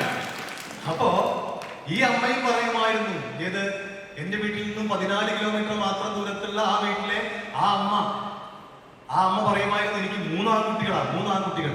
മൂത്ത മകൻ 22 വയസ്സ്, രണ്ടാമത്തെ മകന് 15 വയസ്സ്, മൂന്നാമത്തെ മകന് 7 വയസ്സ്. പക്ഷെ 7 വയസ്സിനുള്ള ആ 2ാം ക്ലാസ്സുകാരന്റെ പ്രത്യേകത എന്താണെന്ന് അറിയോ? അവന് ഏറ്റവും ഇഷ്ടം ഉമ്മയെയും ഉപ്പയെയും, അതായത് അച്ഛനെയും അമ്മയെയും അല്ല, ഏറ്റവും ഇഷ്ടം ഈ മൂത്ത ഏട്ടനോടാണ്. കാക്കാന്ന് എന്നോട് പറയും, കാക്കാനെ ഇഷ്ടം. രാത്രി കിടന്നുറങ്ങണമെങ്കിൽ കാക്കാന്റെ കൂടെ കിടന്നുറങ്ങും, ഭക്ഷണം കഴിക്കുകയാണെങ്കിൽ കാക്കാന്റെ കൂടെ കഴിക്കും. രാത്രി ശക്തമായ ഇടിയും മിന്നലൊക്കെ വരുമ്പോ, നമ്മള് ലൈറ്റൊക്കെ അടച്ച് വീട്ടിനുള്ളിൽ കിടന്നുറങ്ങുമ്പോ ശക്തമായ മഴ വരുമ്പോ ഇടിയും മിന്നൽ വരുമ്പോ നമുക്ക് പേടിയാവില്ലേ? ഇല്ല, നിങ്ങൾ നല്ല ധൈര്യമുള്ള മക്കളായിരിക്കും, അറിയാം. പക്ഷെ അങ്കിൾ ഇപ്പോഴും പേടിയാറുണ്ടോ? ആ കാര്യത്തിൽ ഇപ്പോഴും പേടിയാ. ഞാൻ കണ്ണും ചിമ്പി കിടക്കും. അപ്പൊ എന്റെ അടുത്തിന്റെ മോള് ചോദിക്കും, നാണല്ലേ അച്ഛാ, അച്ഛന് പോലീസുകാരനാണോ? എനിക്ക് സംശയമുണ്ട് എന്ന് എന്റെ മോള് പറയും. എനിക്ക് നല്ല പേടിയാ. ഇവര് ഭയങ്കര പേടിയുണ്ട്. പക്ഷേ അവന്റെ ഏട്ടൻ അവന് കൂടെ ഉണ്ടെങ്കിൽ അവനൊരു പേടിയില്ല. അവൻ ഏട്ടനെ കെട്ടിപ്പിടിച്ച് കിടക്കും. ഇടിമിന്നൽ വരുമ്പോൾ കെട്ടിപ്പിടിക്കും, മുറുകെ പിടിക്കും. അവന്റെ മനസ്സിലൊരു ധൈര്യമാണ്, എന്റെ ഏട്ടൻ, എന്റെ കാക്ക, ഈ ലോകത്തില്ല ആരെക്കാളും ശക്തിയുള്ളത് എന്റെ ജ്യേഷ്ഠനാ. എന്റെ ശക്തി, എന്റെ ബലം, എന്റെ എല്ലാം എന്റെ ഏട്ടനാ, കാക്കയാണ്. അന്ന് രാത്രി കിടന്നുറങ്ങി. മക്കളെ, നിങ്ങളാരും സങ്കടപ്പെടാനോ പേടിപ്പിക്കാനോ അല്ല ഞാൻ പറയണേ, അതിന്റെ തീവ്രതയ്ക്ക് വരാൻ വേണ്ടി മാത്രം പറയാൻ രക്ഷിതാക്കളുണ്ട്. അന്ന് രാത്രി കിടന്നുറങ്ങി, വീട്ടിലെ എല്ലാ ജോലിയും കഴിഞ്ഞ് അവസാനം അമ്മ, എല്ലാ വീട്ടിലും മിക്കവാറും അവസാനം ഉറങ്ങുന്നതും അമ്മമാരാണ്, രാവിലെ നേരത്തെ എണീക്കുന്നതും അമ്മമാരാണ്. ആ സിസ്റ്റം മാറ്റിട്ടോ അമ്മമാരെ, അത് ഞങ്ങൾക്കാണ് കുഴപ്പം, ആണുങ്ങൾക്ക് അല്ലേ? അവസാനം എല്ലാ ജോലിയും കഴിഞ്ഞ് മക്കൾക്കൊക്കെ ഭക്ഷണം കൊടുത്ത് പാത്രം കഴുകി വെച്ച് ഒക്കെ കഴിഞ്ഞ് എല്ലാം കഴിഞ്ഞപ്പോ നോക്കി, ഗ്യാസ് കൂട്ടിയോ നോക്കി, പുറകിലെ വാതിൽ അടച്ചോ നോക്കി, പിറ്റേഴ്സ് രാവിലേക്കുള്ള കടല വെള്ളത്തിലിട്ട് അടുപ്പിൽ കത്തിക്കാൻ 2 വിറകുണ്ട്. എന്റെ വീട്ടിലേക്കാണ് 2 വിറകുള്ളി അവിടെ. അപ്പോൾ അതിനായിട്ട് രാവിലെ കത്തിക്കാൻ സ്കൂളിൽ കൊണ്ടാണ് ടീച്ചറാ. അപ്പോൾ കത്തിക്കാൻ അത് കൊണ്ടുവച്ചു. അത് കത്തിപ്പിടിച്ചില്ലെങ്കിൽ അതിങ്ങനെ പെട്ടെന്ന് കത്തിപ്പിടിക്കാൻ വേണ്ടി ഇങ്ങനെ പീച്ചാൻ വേണ്ടിയിട്ട് ഒരു കുപ്പിയിൽ കാണാൻ മണ്ണെണ്ണി കൊണ്ടുവച്ചിട്ട്, ഇതൊക്കെ വെച്ചിട്ട് എന്റെ ഭാര്യ കിടന്നുറങ്ങണേ. ആ സിസ്റ്റം അവിടെ നന്നോട്ടെ. ഒരു കാര്യം ഞാൻ പറയാം, എന്റെ വൈഫ് 5 മണിക്ക് എണീക്കും. അവള് കുളി കഴിഞ്ഞ് വരുമ്പോ എന്നെ വിളിക്കും, ഞാനും എണീക്കും. 5:10 ഞാനും എണീക്കും. അത്യാവശ്യം അടുക്കളയില് നാളികേരം ചിരകി കൊടുക്കുക, ഉള്ളി നന്നായി കൊടുക്കുക, ഈ കാര്യങ്ങളൊക്കെ ചെയ്യും. ഇത് റെക്കോർഡ് ചെയ്യുന്നുണ്ട്. അതുകൊണ്ട് ഞാൻ ധൈര്യമായിട്ട് തന്നെയാണ് പറയുന്നത്, മുറ്റമടിക്കുന്നത് ഞാനാ മുറ്റടിക്കണേ. ഒരു മടിയില്ല. അതുകൊണ്ട് തന്നെയാണ് പറയണേ. അപ്പൊ ഏതായാലും ഞാൻ അതിലേക്ക് പോണില്ല, സമയം കുറച്ച് നമുക്ക് കിട്ടുള്ളൂ. അതുകൊണ്ട് ഞാൻ പറയാണ്, ഈ അമ്മയും എല്ലാ ജോലിയും കഴിഞ്ഞ് മക്കൾ ഉറങ്ങുന്ന മുറിയിൽ നിന്ന് വന്ന് നോക്കിയിട്ട് എന്റെ കുട്ടിയോട് ഉറങ്ങിയോ എന്ന് നോക്കിയിട്ടാണ് അമ്മമാരെ കിടന്നുറങ്ങുക. വന്ന് നോക്കുമ്പോ ചിലപ്പോ ഇപ്പോഴത്തെ മക്കളൊക്കെ കിടന്നുറങ്ങണേ, അമ്മയ്ക്ക് ഉറങ്ങിയിട്ട് 2 മണിക്കൂർ വേണ്ടി കിടന്നുറങ്ങുള്ളൂ. കയ്യിൽ മറ്റേ സാധനമല്ലോ, മൊബൈൽ ഉപയോഗിക്കുന്നവരാണോ? നല്ല കുട്ടികൾ അവിടെ നിൽക്കട്ടെ, അതിലേക്ക് ആ വിഷയത്തിൽ പോകാൻ സമയമില്ല. എന്തായാലും ഈ അമ്മ വന്ന് നോക്കുമ്പോ 3 മക്കളും കെട്ടിപ്പിടിച്ച് കിടന്നുറങ്ങുക. അച്ഛനും അമ്മയ്ക്കും അതിനപ്പുറത്ത് സന്തോഷമില്ല. നിങ്ങൾ മക്കൾ സ്നേഹത്തോടെ കഴിയുന്നത് കാണാനാണ് എല്ലാ അച്ഛനമ്മമാരും ആഗ്രഹിക്കുന്നത്. ഈ അമ്മ വന്ന് നോക്കുമ്പോ 3 മക്കളും കെട്ടിപ്പിടിച്ച് കിടന്നുറങ്ങുന്നു. അതിൽ മൂത്ത മകൻ, ആ ചെറിയ മകനുണ്ടല്ലോ, 7 വയസ്സുള്ള 2ാം ക്ലാസ്സുകാരൻ, അവന് ജ്യേഷ്ഠന്റെ ശരീരത്തേക്ക്, കാക്കാന്റെ ശരീരത്തേക്ക് കാലൊക്കെ കയറ്റി വെച്ച് ആ കുഞ്ഞു കൈകള് കാക്കന്റെ കഴുത്തിലിങ്ങനെ ചുറ്റിപ്പിടിച്ചിരിക്കണം. അങ്ങനെ കിടന്നുറങ്ങും. ഇത് കണ്ടപ്പോ മനസ്സ് നിറഞ്ഞിട്ട് ആ അമ്മ വാതിൽ പതുക്കെ അടച്ചു. സ്പീഡിൽ അടച്ചില്ല. സ്പീഡിൽ അടച്ചാൽ അത് പെട്ടെന്ന് പോയി അടഞ്ഞിട്ട് എന്റെ പൊന്നുമക്കൾ അത് കേട്ട് ഉണരരുത് എന്ന് കരുതി വാതിൽ പതുക്കെ ചാരി പോയി കിടന്നുറങ്ങിയതാണ്. അന്ന് രാത്രിയിൽ എപ്പോഴാണെന്ന് അറിയില്ല, ആ മൂത്ത മകൻ, ആ 22 വയസ്സുള്ള മൂത്ത മകൻ, അവനെ ഈ ലോകത്ത് അവന്റെ ഉമ്മയെക്കാളും ഉപ്പയെക്കാളും, അതായത് അമ്മയെക്കാളും അച്ഛനേക്കാളും അവനെ സ്നേഹിക്കുന്ന അവന്റെ പൊന്നനിയന്റെ ഇടനെഞ്ചിലേക്ക് ഒരു കഠാര കുത്തി ഇറക്കും അന്ന് രാത്രി എന്ന് ആ അച്ഛനും അമ്മയും സ്വപ്നത്തിൽ പോലും കരുതിയില്ല. കുത്തി കൊന്നുകളഞ്ഞു. ഇത് സിനിമാ കഥയല്ല ഞാൻ പറഞ്ഞത്. എന്റെ വീട്ടിൽ നിന്നും കൃത്യം 14 കിലോമീറ്റർ മാത്രം ദൂരമുള്ള ഒരു സ്ഥലത്ത് നടന്ന സംഭവമാണ് ഞാൻ പറയുന്നത്. ആ കത്തി നെഞ്ചിൽ വന്ന് കയറിയപ്പോ ആ ഉറക്കത്തിൽ ഞെട്ടി ഉണർന്നിട്ട് നമുക്ക് വേദനിക്കുമ്പോ ആരെ വിളിക്കുക? അമ്മയെ എന്ന് വിളിക്കും, അറിയാമല്ലേ? അമ്മയെന്ന് വിളിക്കില്ല. പക്ഷെ അപ്പോൾ അവൻ വിളിച്ചത് അമ്മയെ എന്നല്ല, ഉമ്മ എന്നല്ല വിളിച്ചേ. കാക്ക, എന്നെ ആരെ കൊല്ലു കാക്ക. തുരുതുരാവുമ്പോഴേക്കും അവൻ നെഞ്ചിലേക്ക് ഇന്ന് കത്തി ആഴ്ന്നിറങ്ങുന്നു. ആ 15-കാരൻ രണ്ടാമത്തെ അനിയൻ ഞെട്ടി ഉണർന്നപ്പോ ഈ കാഴ്ചയാണ് കാണുന്നത്. അവൻ എനിക്ക് നോക്കിയപ്പോ കത്തി അവന്റെ നേരെ വീശി അവന്റെ കയ്യിൽ ഇവിടെ തട്ടി ആഴത്തിൽ മുറിവായി. അത് പൊത്തിപ്പിടിച്ച് അവൻ ഇറങ്ങി ഓടി. നാട്ടുകാരോട് വിവരം പറഞ്ഞു. നാട്ടുകാർ ഓടിക്കൂടി ഈ കുട്ടിയെ എടുത്ത് കൊണ്ടുപോകുമ്പോഴേക്കും കുട്ടി മരിച്ചു കഴിഞ്ഞിരുന്നു. മൂത്ത മകനെ പോലീസ് കൊണ്ടുപോയി. 2 ദിവസം കഴിയുമ്പോ ജയിലിൽ കിടക്കുമ്പോഴാണ് അവന്റെ സ്വബോധം തിരിച്ചു വരുന്നത്. ആ സ്വബോധം തിരിച്ചു വരുന്ന സമയത്ത് അവൻ ചോദിക്കുകയാണ്, ഇതേതാ സ്ഥലം? ജയിലോ ഞാൻ എങ്ങനെ ജയിലിലെത്തിയേ? അപ്പോ ആ സെല്ലിൽ വേറൊരാൾ കിടക്കുന്നുണ്ട്, സഹതടവുകാരൻ. ഒരു മർഡർ കേസിലെ പ്രതിയാണ്, കൊലപാതകം ചെയ്ത് വന്നാണ്. അവൻ ചെയ്ത കേസ് പോലും ആ പാതകം പോലും ന്യായീകരിച്ചുകൊണ്ട് അയാൾ പറയാണ്, എടാ ഒരാളെ തട്ടിട്ടാണ് ഞാനിവിടെ വന്ന് കിടക്കണേ. എന്റെ മോളോട് അപമര്യാദയായി പെരുമാറിയ ഒരാളെ ഞാൻ തട്ടിക്കളഞ്ഞു. അത് തെറ്റാണെങ്കിൽ പോലും അതിനെ ന്യായീകരിച്ചിട്ട് അയാൾ പറയാണ്, അവനെ ഞാൻ കൊന്നു. പക്ഷെ നിന്നെ പോലെ സ്വന്തം അനിയനെ കൊന്നിട്ടല്ലടാ വന്നിരിക്കണേ എന്ന് പറഞ്ഞപ്പോ ഇവൻ പൊട്ടി കരയായിരുന്നു. കാരണം കഴിഞ്ഞ 2 ദിവസം അവന്റെ ഓർമ്മയിൽ പോലും ഇല്ലായിരുന്നു. അവൻ കരയണ, എന്റെ അനിയനെ ഞാൻ കൊല്ലേ, എനിക്ക് ആരെയും കൊല്ലാൻ സാധിക്കില്ല. മാരകമായ മയക്കുമരുന്നിന് അടിമപ്പെട്ട് ബോധമില്ലാതെ നടക്കുന്ന ഒരാളായിരുന്നു സ്വന്തം മകനെന്ന് മനസ്സിലാക്കാൻ ആ രക്ഷിതാക്കൾക്ക് പോലും സാധിച്ചില്ല. പിന്നെ ആർക്ക് സാധിക്കും? ഞാൻ രക്ഷിതാക്കൾ കൂടി ഉള്ളത് കൊണ്ടാണ് ഇങ്ങനെ ഒരു മിക്സ് ചെയ്ത് പറയുന്നത്. മക്കളെ, ഒരു വാക്ക് പറഞ്ഞത് കേട്ടോ നിങ്ങൾ? മാരകമായ മയക്കുമരുന്നിന് അടിമപ്പെട്ട് ബോധമില്ലാതെ, അല്ലേ? അപ്പൊ അങ്ങനത്തെ ചില സാധനങ്ങൾ, ഞാൻ പേരൊന്നും പരിചയപ്പെടുത്തുന്നില്ല, അങ്ങനെ കുറച്ച് സാധനങ്ങൾ നമ്മുടെ ചുറ്റിലുണ്ട്. മക്കളോട്, ചെറിയ കുട്ടികളോട് അതേ പറയാൻ പറ്റില്ല. നമുക്ക് എടുക്കേണ്ടതായിട്ടുമായ കുറെ കാര്യങ്ങൾ നമ്മുടെ ചുറ്റിലുണ്ട്, അല്ലേ? ഉണ്ട്. ചില കാര്യങ്ങൾ വെച്ച് നമ്മുടെ ബോധം പോകും. നമ്മുടെ അമ്മയെ നമുക്ക് തിരിച്ചറിയില്ല എന്ന് പറഞ്ഞ എന്താ സ്ഥിതി? അമ്മയെ കണ്ട അറിയില്ല. ഒരു ദിവസം അമ്മ 2 ദിവസം ഇവിടെ പോയി, ഗുരുവായൂർ അമ്പലത്തിൽ പോയി, മടങ്ങി വന്ന് കോളിംഗ് അടിച്ചു. വാതിൽ തുറക്കുമ്പോ അമ്മയോട് നമ്മള് ആരാ ചോദിക്കുമോ? അങ്ങനത്തെ ഒരു അവസ്ഥ നമുക്ക് വരുമോ? ആ അവസ്ഥ വന്നാലോചിച്ചു. നമ്മുടെ തലയിലെ തലച്ചോറിന്റെ ഒരു ഭാഗമുണ്ട്, നമുക്ക് തിരിച്ചറിവ് നൽകുന്ന ഒരു ഭാഗം. ഇതെന്റെ അമ്മയാണ് എന്ന് നമ്മളെ ഓർമ്മപ്പെടുത്തുന്ന ഒരു ഭാഗം ഈ തലച്ചോറിനകത്തുണ്ട്. ഞാൻ വളരെ ലളിതമായിട്ട് പറയാം, എന്റെ ശാസ്ത്രീയത പറയാനിട്ടല്ലാതെ എനിക്കറിയാം, പക്ഷെ അത് ഞാൻ പറയുന്നില്ല. ഒരു ഭാഗം അതിങ്ങനെ ഉണർന്നിരിക്കുന്നതുകൊണ്ടാണ് നമുക്ക് തിരിച്ചറിയണേ. അതുകൊണ്ടാണ് നമ്മളിവിടെ ഉണർന്നിരിക്കണേ, അല്ലേ? തൊട്ടടുത്തിരിക്കുന്നത് എന്റെ കൂട്ടുകാരിയാണ്, അതെന്റെ കൂട്ടുകാരനാണ്, ഇതെന്റെ അധ്യാപികയാണ്, അല്ലെ? ഇതൊക്കെ നമ്മളെ ബോധ്യപ്പെടുത്തുന്നത് എന്റെ ഏട്ടനാണെന്നൊക്കെ ബോധ്യപ്പെടുത്തുന്നത് തലച്ചോറിന്റെ ഭാഗമാണ്. ആ ഭാഗം ഓഫായി പോയി എന്ത് ചെയ്യും? ഓഫാവെന്ന് ഞാൻ വെറുതെ പറയുകയാണെ, ഈ ആക്ടിവിറ്റി ആയാലും എന്ത് ചെയ്യും? തിരിച്ചറിയില്ല. ഇത് ഓഫാക്കി കളയുന്ന സാധനങ്ങളാണ് ഞാൻ പറഞ്ഞ പുറത്തുള്ള ചില മയക്കുമരുന്നുകൾ എന്ന് പറയുന്ന സാധനങ്ങൾ. അതിന്റെ നിങ്ങൾ നേരിട്ട് കാണുന്ന മയക്കുമരുന്നുകൾ ഏതാണെന്ന് അറിയാമോ? ചില ചേട്ടന്മാരിങ്ങനെ ഒരു ചൂതിൽ കാണാറില്ലേ? സിഗരറ്റ്, അതിൽ തുടങ്ങി അപ്പുറത്ത് ഒരുപാടുണ്ട്. അതിൽ ഞാൻ പോണില്ല. അങ്ങനത്തെ കുറെ സാധനങ്ങൾ ഒരൊറ്റ പ്രാവശ്യം ഉപയോഗിച്ചാൽ പോലും പിന്നെ അത് വേണം എന്ന് ആവശ്യപ്പെടുന്ന ചില സാധനങ്ങളുണ്ട്. പക്ഷെ എന്താ കുഴപ്പമെന്നറിയോ? അത് വേണമെന്ന് പറയുമ്പോൾ കൊടുത്തില്ലെങ്കിൽ ചിലപ്പോ നമ്മുടെ മാനസികതയൊക്കെ മാറും. അങ്ങനത്തെ ചില സാധനങ്ങളുണ്ട്. അത് വളരെ ലളിതമായിട്ട് നമുക്ക് കുറച്ച് കാര്യങ്ങൾ പറയാം. അതവിടെ നിൽക്കട്ടെ. അപ്പൊ ഞാൻ പറഞ്ഞത് ഇതാണ് നമ്മുടെ ചുറ്റുപാടുകൾ. സത്യം പറയാം, എൻ്റെ വീട്ടില് എനിക്ക് എൻ്റെ മോളെ ഞാൻ സ്കൂളിൽ പോകുമ്പോൾ ഞാൻ പറയും, ശ്രദ്ധിക്കണേ, ഇപ്പോൾ അവിടെ കോളേജിൽ എത്തിയിട്ടോ, ശ്രദ്ധിക്കണേ ഞാൻ പറയാറുണ്ട്. എൻ്റെ മോനെ കുറിച്ച് എനിക്ക് നല്ല പേടിയുണ്ട്. എൻ്റെ ഭാര്യയെ കുറിച്ച് എനിക്ക് പേടിയുണ്ട്. അവരൊരു അധ്യാപികയാണ്, പോയി മടങ്ങി വരുന്നവരെ എനിക്ക് പേടിയുണ്ട്. എന്നാൽ കേട്ടോളൂ, എനിക്ക് ഏറ്റവും പേടി എൻ്റെ അമ്മയെ കുറിച്ചാണ്. എന്റെ അമ്മ ഒരു ക്യാൻസർ പേഷ്യന്റാ, അതുകൊണ്ടൊന്നും നല്ല പേടിയിട്ടാ, അതൊന്നും പേടിയൊന്നുമില്ല, അതൊക്കെ മാറി. നല്ല ധൈര്യമാണ്, എനിക്കൊരു കുഴപ്പമില്ല, ധൈര്യമാണ് അമ്മയ്ക്ക്. ആമാശയില്ല, ഒരു 10%, 90% ആമാശയം എടുത്തു കളഞ്ഞു ക്യാൻസർ വന്നിട്ട്. ഗർഭപാത്രം പണ്ടേ എടുത്തു കളഞ്ഞു. പാൻക്രിയാസിന്റെ പകുതിയേ ഉള്ളൂ. ആകെ 32 കിലോ ആണ് തൂക്കം. ഇതൊക്കെയാണെങ്കിലും എന്റെ അമ്മ ഇപ്പോഴും പാടത്തും പറമ്പിലും പണിക്കാർ വരുമ്പോൾ പയറ് നടാനും കയപ്പ നടാനും പയർമണി പോലെ തുള്ളി നടക്കും. അതൊന്നുമല്ല എന്റെ പേടി. പിന്നെ എന്താ പേടി? ഞാൻ അമ്മോട് പറയും, അമ്മയെ വാതിലടയ്ക്കണം, ആര് വന്നാലും തുറക്കരുത്, പുറത്തൊരു ഗ്രില്ലുണ്ട്, ആ ഗ്രില്ലിന്റെ വാതിലൂടെ അപ്പുറം സംസാരിച്ചാൽ മതി. ആ പേടി തുടങ്ങിയത് എപ്പോഴാണെന്ന് അറിയോ? എനിക്ക് പറയാൻ മടിയുണ്ട്, ഇവിടെ കൊച്ചു കുട്ടികളുണ്ട്, എന്നാൽ പോലും ഞാൻ അത് രക്ഷിതാക്കൾക്ക് വേണ്ടി പറയണം. ആ പേടി തുടങ്ങിയത് നമ്മുടെ ഇത് തൃശ്ശൂർ ജില്ലയാണല്ലോ അല്ലേ? തൃശ്ശൂർ ജില്ലയിലെ ചാലക്കുടി, നമുക്ക് ഇഷ്ടപ്പെട്ട സ്ഥലമല്ലേ ചാലക്കുടി? എന്തൊക്കെ ഇഷ്ടമാവാൻ കാരണം?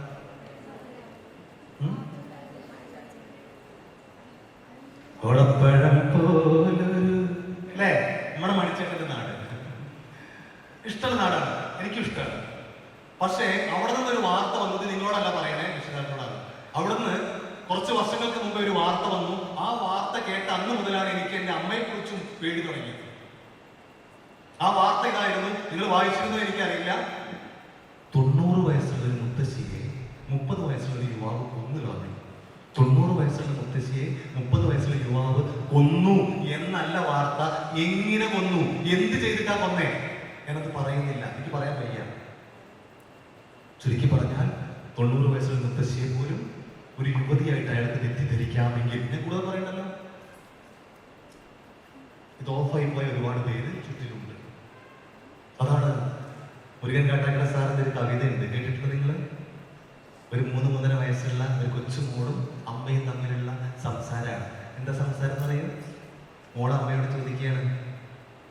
ആ കവിത കേൾക്കുമ്പോൾ ചിലർ തെറ്റിദ്ധരിക്കട്ടോ, കാരണം അതിന്റെ ഡയറക്റ്റ് ആയിട്ടുള്ള അർത്ഥമല്ല എടുക്കേണ്ടത്, അതിന്റെ ഒരു മൊത്തത്തിലുള്ള അർത്ഥമാണ് എടുക്കേണ്ടത്. ഞാൻ പറയാം. ആ കവിത ഇതാണ്. അമ്മയോട് മോള് ചോദിക്കുകയാണ്, അമ്മേ, അപ്പുറം വീട്ടിലെ അപ്പൂപ്പൻ ഇന്നലെ കാക്കയുടെ പൂച്ചയുടെ കഥ പറഞ്ഞു. എന്ത് പറഞ്ഞു? കാക്കയുടെ പൂച്ചയുടെ കഥ പറഞ്ഞു. തത്തമ്മ പെണ്ണിന്റെ താറാക്കോഴിയുടെ തക്കിടി മുണ്ടന്റെ കഥ പറഞ്ഞു.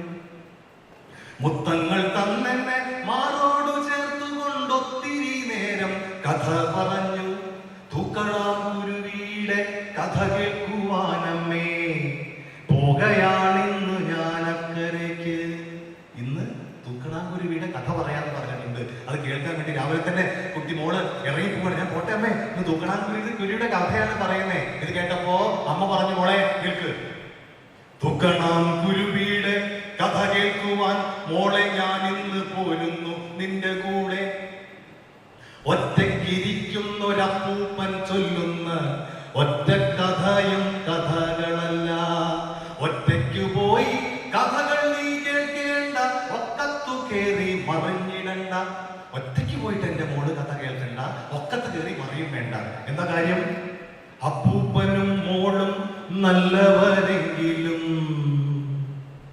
അപ്പൂപ്പനും മോളും നല്ലവരാ, അമ്മയ്ക്കറിയാം. അപ്പൂപ്പനും മോളും നല്ലവരെങ്കിലും അത്രയ്ക്ക് നല്ലതല്ലിന്ന് കാലം. കാലം അത്രയ്ക്ക് നല്ലതല്ല. അത് പ്രായമായവരെ ഒരിക്കലും, അതാണ് നമ്മൾ ഡയറക്റ്റ് ആയിട്ടുള്ള അർത്ഥം നിങ്ങൾ എടുക്കരുത്. അത് അപ്പൂപ്പനായാലും അമ്മാവനായാലും കേട്ടോളൂ, സ്വന്തം അച്ഛനായാൽ പോലും ലഹരി മരുന്നിന് അടിമപ്പെട്ട് കഴിഞ്ഞാൽ അതാണ്. എന്റെ വീട്ടിലൊക്കെ എന്തെങ്കിലും ഒരു സന്ധ്യാദീപം കത്തിക്കുന്നത് എന്റെ മോളാണ്. സ്കൂളിൽ വിട്ടു വന്ന് സന്ധ്യക്ക് ആ കത്തിക്കേണ്ട സമയമായപ്പോൾ ഓടി കളിച്ച് നേരം കഴിയണ അറിയില്ല. അവളുടെ അമ്മ നല്ലോണം ചീത്ത പറയും, വീണ്ടും ആവർത്തിക്കും, അടി കിട്ടും, അമ്മയെ വെടിച്ച് ഓടി ഡിഗ്രിക്ക് പഠിക്കുമ്പോൾ അടി കിട്ടാൻ പറ്റില്ലേ, ഓടി. ഞാൻ കുട്ടി കഴിഞ്ഞ് വന്നിട്ടുണ്ടെങ്കിൽ ആ ഓട്ടം അവസാനിക്കുന്നത് എവിടെയാണെന്ന് അറിയോ? എന്റെ മുന്നിൽ എന്റെ ആരെയും കെട്ടിപ്പിടിക്കും. എന്നിട്ടൊരു നോട്ടുണ്ട് അമ്മയുടെ മുഖത്തേക്ക്. എങ്ങനെയാ? ആ നോട്ടത്തിന് ഒറ്റ അർത്ഥമേ ഉള്ളൂ. എന്താ അർത്ഥം എന്നറിയോ? അമ്മയൊന്ന് അടിക്ക് കാണട്ടെ, അമ്മ അടിക്ക് കാണട്ടെ. അവൾക്കറിയാം അവൾ അമ്മയെന്നല്ല ഈ ലോകത്ത് ഒരാളും അവളെ തൊട്ടുപോകില്ല എന്ന് അവൾക്കറിയാം. കാരണം അവളുടെ അച്ഛന്റെ കാൽച്ചുവട്ടിലാണ് അവൾ നിൽക്കുന്നത്. അതിനപ്പുറത്തുള്ള സുരക്ഷ ഈ ലോകത്ത് അവൾക്ക് വേറെ എവിടെയും കിട്ടാനില്ല. ആ കെട്ടിപ്പിടിച്ച് നിൽക്കുന്ന എന്റെ മോളെ എനിക്ക് തിരിച്ചറിയാതെ വരികയാണെങ്കിലോ, ഇത് എന്റെ മോളല്ല എന്ന് ഞാൻ തെറ്റിദ്ധരിക്കുകയാണെങ്കിലോ, ഞാനും അങ്ങനെ അയക്കാം മക്കളെ, ഞാനും അങ്ങനെ അയക്കാം. എനിക്ക് അറിയപ്പെട്ടാൽ അതാണ് കുഴപ്പം, അയക്കാം. അങ്ങനെ അങ്ങനെ ഭ്രാന്തന്മാരായ ഒരുപാട് പേര് നമ്മുടെ ചുറ്റിലുണ്ട്. ഇത് കാണുന്നവരാണ് ഞങ്ങൾ എക്സൈസുകാര്. ഇത് ചുരുക്കി ഞാൻ പറയാം, ചുരുക്കി പറയാണ്, കാരണം സമയം കിട്ടില്ല. ഒരുപാട് പറയേണ്ടത് ചുരുക്കി പറയാണ്. പഴയ കാലം രക്ഷിതാക്കൾ കേട്ടോളൂ. ഞാൻ 1998 പോലീസിൽ വന്നെന്ന് പറഞ്ഞു. അതിനുശേഷമുള്ള ഒരു 10-15 വർഷക്കാലത്തെയൊക്കെ ആ ഒരു അവസ്ഥ എന്ന് പറഞ്ഞാൽ, ഒരു നാർക്കോട്ടിക് കേസിൽ പിടിക്കപ്പെടുന്ന പ്രതികളും അതിന്റെ കസ്റ്റമേഴ്സ് ആയിട്ട് വരുന്ന ആൾക്കാരും ഒക്കെ 25, 30, 35 വയസ്സ് പ്രായമുള്ള ഒരാൾക്കാരായിരുന്നു എങ്കിൽ, അതായത് വിരലിൽ എണ്ണാവുന്ന യുവാക്കളെ ഉണ്ടായിരുന്നുള്ളൂ. അതായത് 25-ന് താഴെയുള്ള ആൾക്കാരെ ഉണ്ടായിരുന്നുള്ളൂ. വിദ്യാർത്ഥികൾ ഇല്ല എന്ന് തന്നെ വേണമെങ്കിൽ പറയാം. പക്ഷേ ഇന്നത്തെ സ്ഥിതി അതല്ല. ഒരു കേസ് പിടിക്കുകയാണെങ്കിൽ ആ കേസിലെ പ്രതികളുടെ ഫോൺ ഞങ്ങൾ ട്രാക്ക് ചെയ്യുമ്പോൾ അതിലേക്ക് വരുന്ന കോളുകൾ, ചിലർ വിളിക്കും, നിങ്ങളെവിടെയുള്ള സാധനം കിട്ടുമോ? അപ്പൊ ഞങ്ങൾ കുറച്ച് മിമിക്രിക്കാരൊക്കെ ഉണ്ട് എക്സൈസിൽ കിട്ടാം. ഈ പിടിച്ചാളുടെ ശബ്ദം അതേപോലെ അനുകരിക്കുന്ന കുറച്ച് ആൾക്കാർ, ചേട്ടന്മാർ അവിടെ ഉണ്ട്. ഞങ്ങൾ വിളിക്കുന്ന ആളോട് പറയും, ഞാൻ ഇവിടെ ഉണ്ട്, ഞാൻ വരട്ടെ, സാധനം കിട്ടോ? വരണ്ട, പുതിയ SI വന്നിട്ടുണ്ട് അവിടെ, ആ പഹയനെ കൊണ്ട് യാതൊരു സ്വൈര്യമില്ല. പഹയൻ എന്നൊക്കെ പറയണത് എന്തിനറിയോ? വിശ്വസിപ്പിക്കാൻ വേണ്ടിയിട്ട്. അതുകൊണ്ട് ഇതൊരു കാര്യം ചെയ്ത് വെച്ചാൽ അവിടെ പോയി നിന്നോ, അപ്പുറത്ത് ആ ബസ് സ്റ്റോപ്പിൽ നിന്നോ, ഞാൻ അങ്ങോട്ട് കൊണ്ടുവരാൻ സാധനം എന്ന് പറയും. ഞങ്ങൾ പതുക്കെ പോകും, ഓനെ പൊക്കിന് കൊണ്ടുവരും. അടുത്ത സ്ഥലം ഓനെ മെല്ലെ പൊക്കിന് കൊണ്ടുവരും. അടുത്ത സ്ഥലം ഈ ഒരു കാര്യം ചെയ്തോ, ആ റെയിൽവേ സ്റ്റേഷന്റെ പുറകിൽ ഇങ്ങോട്ടുള്ള വഴിയില് അവിടെ തന്നെ നിന്നോ, അങ്ങനെ പോയിട്ട് പതുക്കെ തോള് കൈയിടും, പോരെന്ന് പറയാൻ കൊണ്ടുവരും. അങ്ങനെ പലപ്പോഴും 10, 20, 22 ആൾക്കാരൊക്കെ ഞങ്ങൾക്ക് കിട്ടും. രക്ഷിതാക്കൾ കേട്ടോളൂ. അതില് ഒരു 10, 18 പേര് 13 വയസ്സിനും 18 വയസ്സിനും ഇടയിലുള്ള വിദ്യാർത്ഥികളാകുന്ന, കേട്ടോളൂ, വിദ്യാർത്ഥികളാകുന്ന ദയനീയമായ, വളരെ ആശങ്കയുണ്ടാക്കുന്ന ഒരു അവസ്ഥ നമ്മൾ കാണുന്നു. രക്ഷിതാക്കൾ വിളിച്ചു വരുത്തും. ആ വിളിച്ചു വരുത്തുമ്പോൾ പല രക്ഷിതാക്കൾ ഓടി വരും. ഓടി വന്നിട്ട് ഞങ്ങൾ യൂണിഫോം ഇട്ട് ഒരുപാട് പേര് അവിടെ ഉണ്ടാവും. പരിസരം മറന്ന് ദേഷ്യവും സങ്കടവും സഹിക്കാൻ വയ്യാതെ ഞങ്ങളെ തള്ളി മാറ്റി ഞങ്ങളുടെ ഇടയിലൂടെ ഓടിച്ചെന്ന് സ്വന്തം മക്കളെ വലിച്ചിട്ട് തലങ്ങും വിലങ്ങും അടിക്കുന്നത് ഞങ്ങൾ കാണാറുണ്ട്.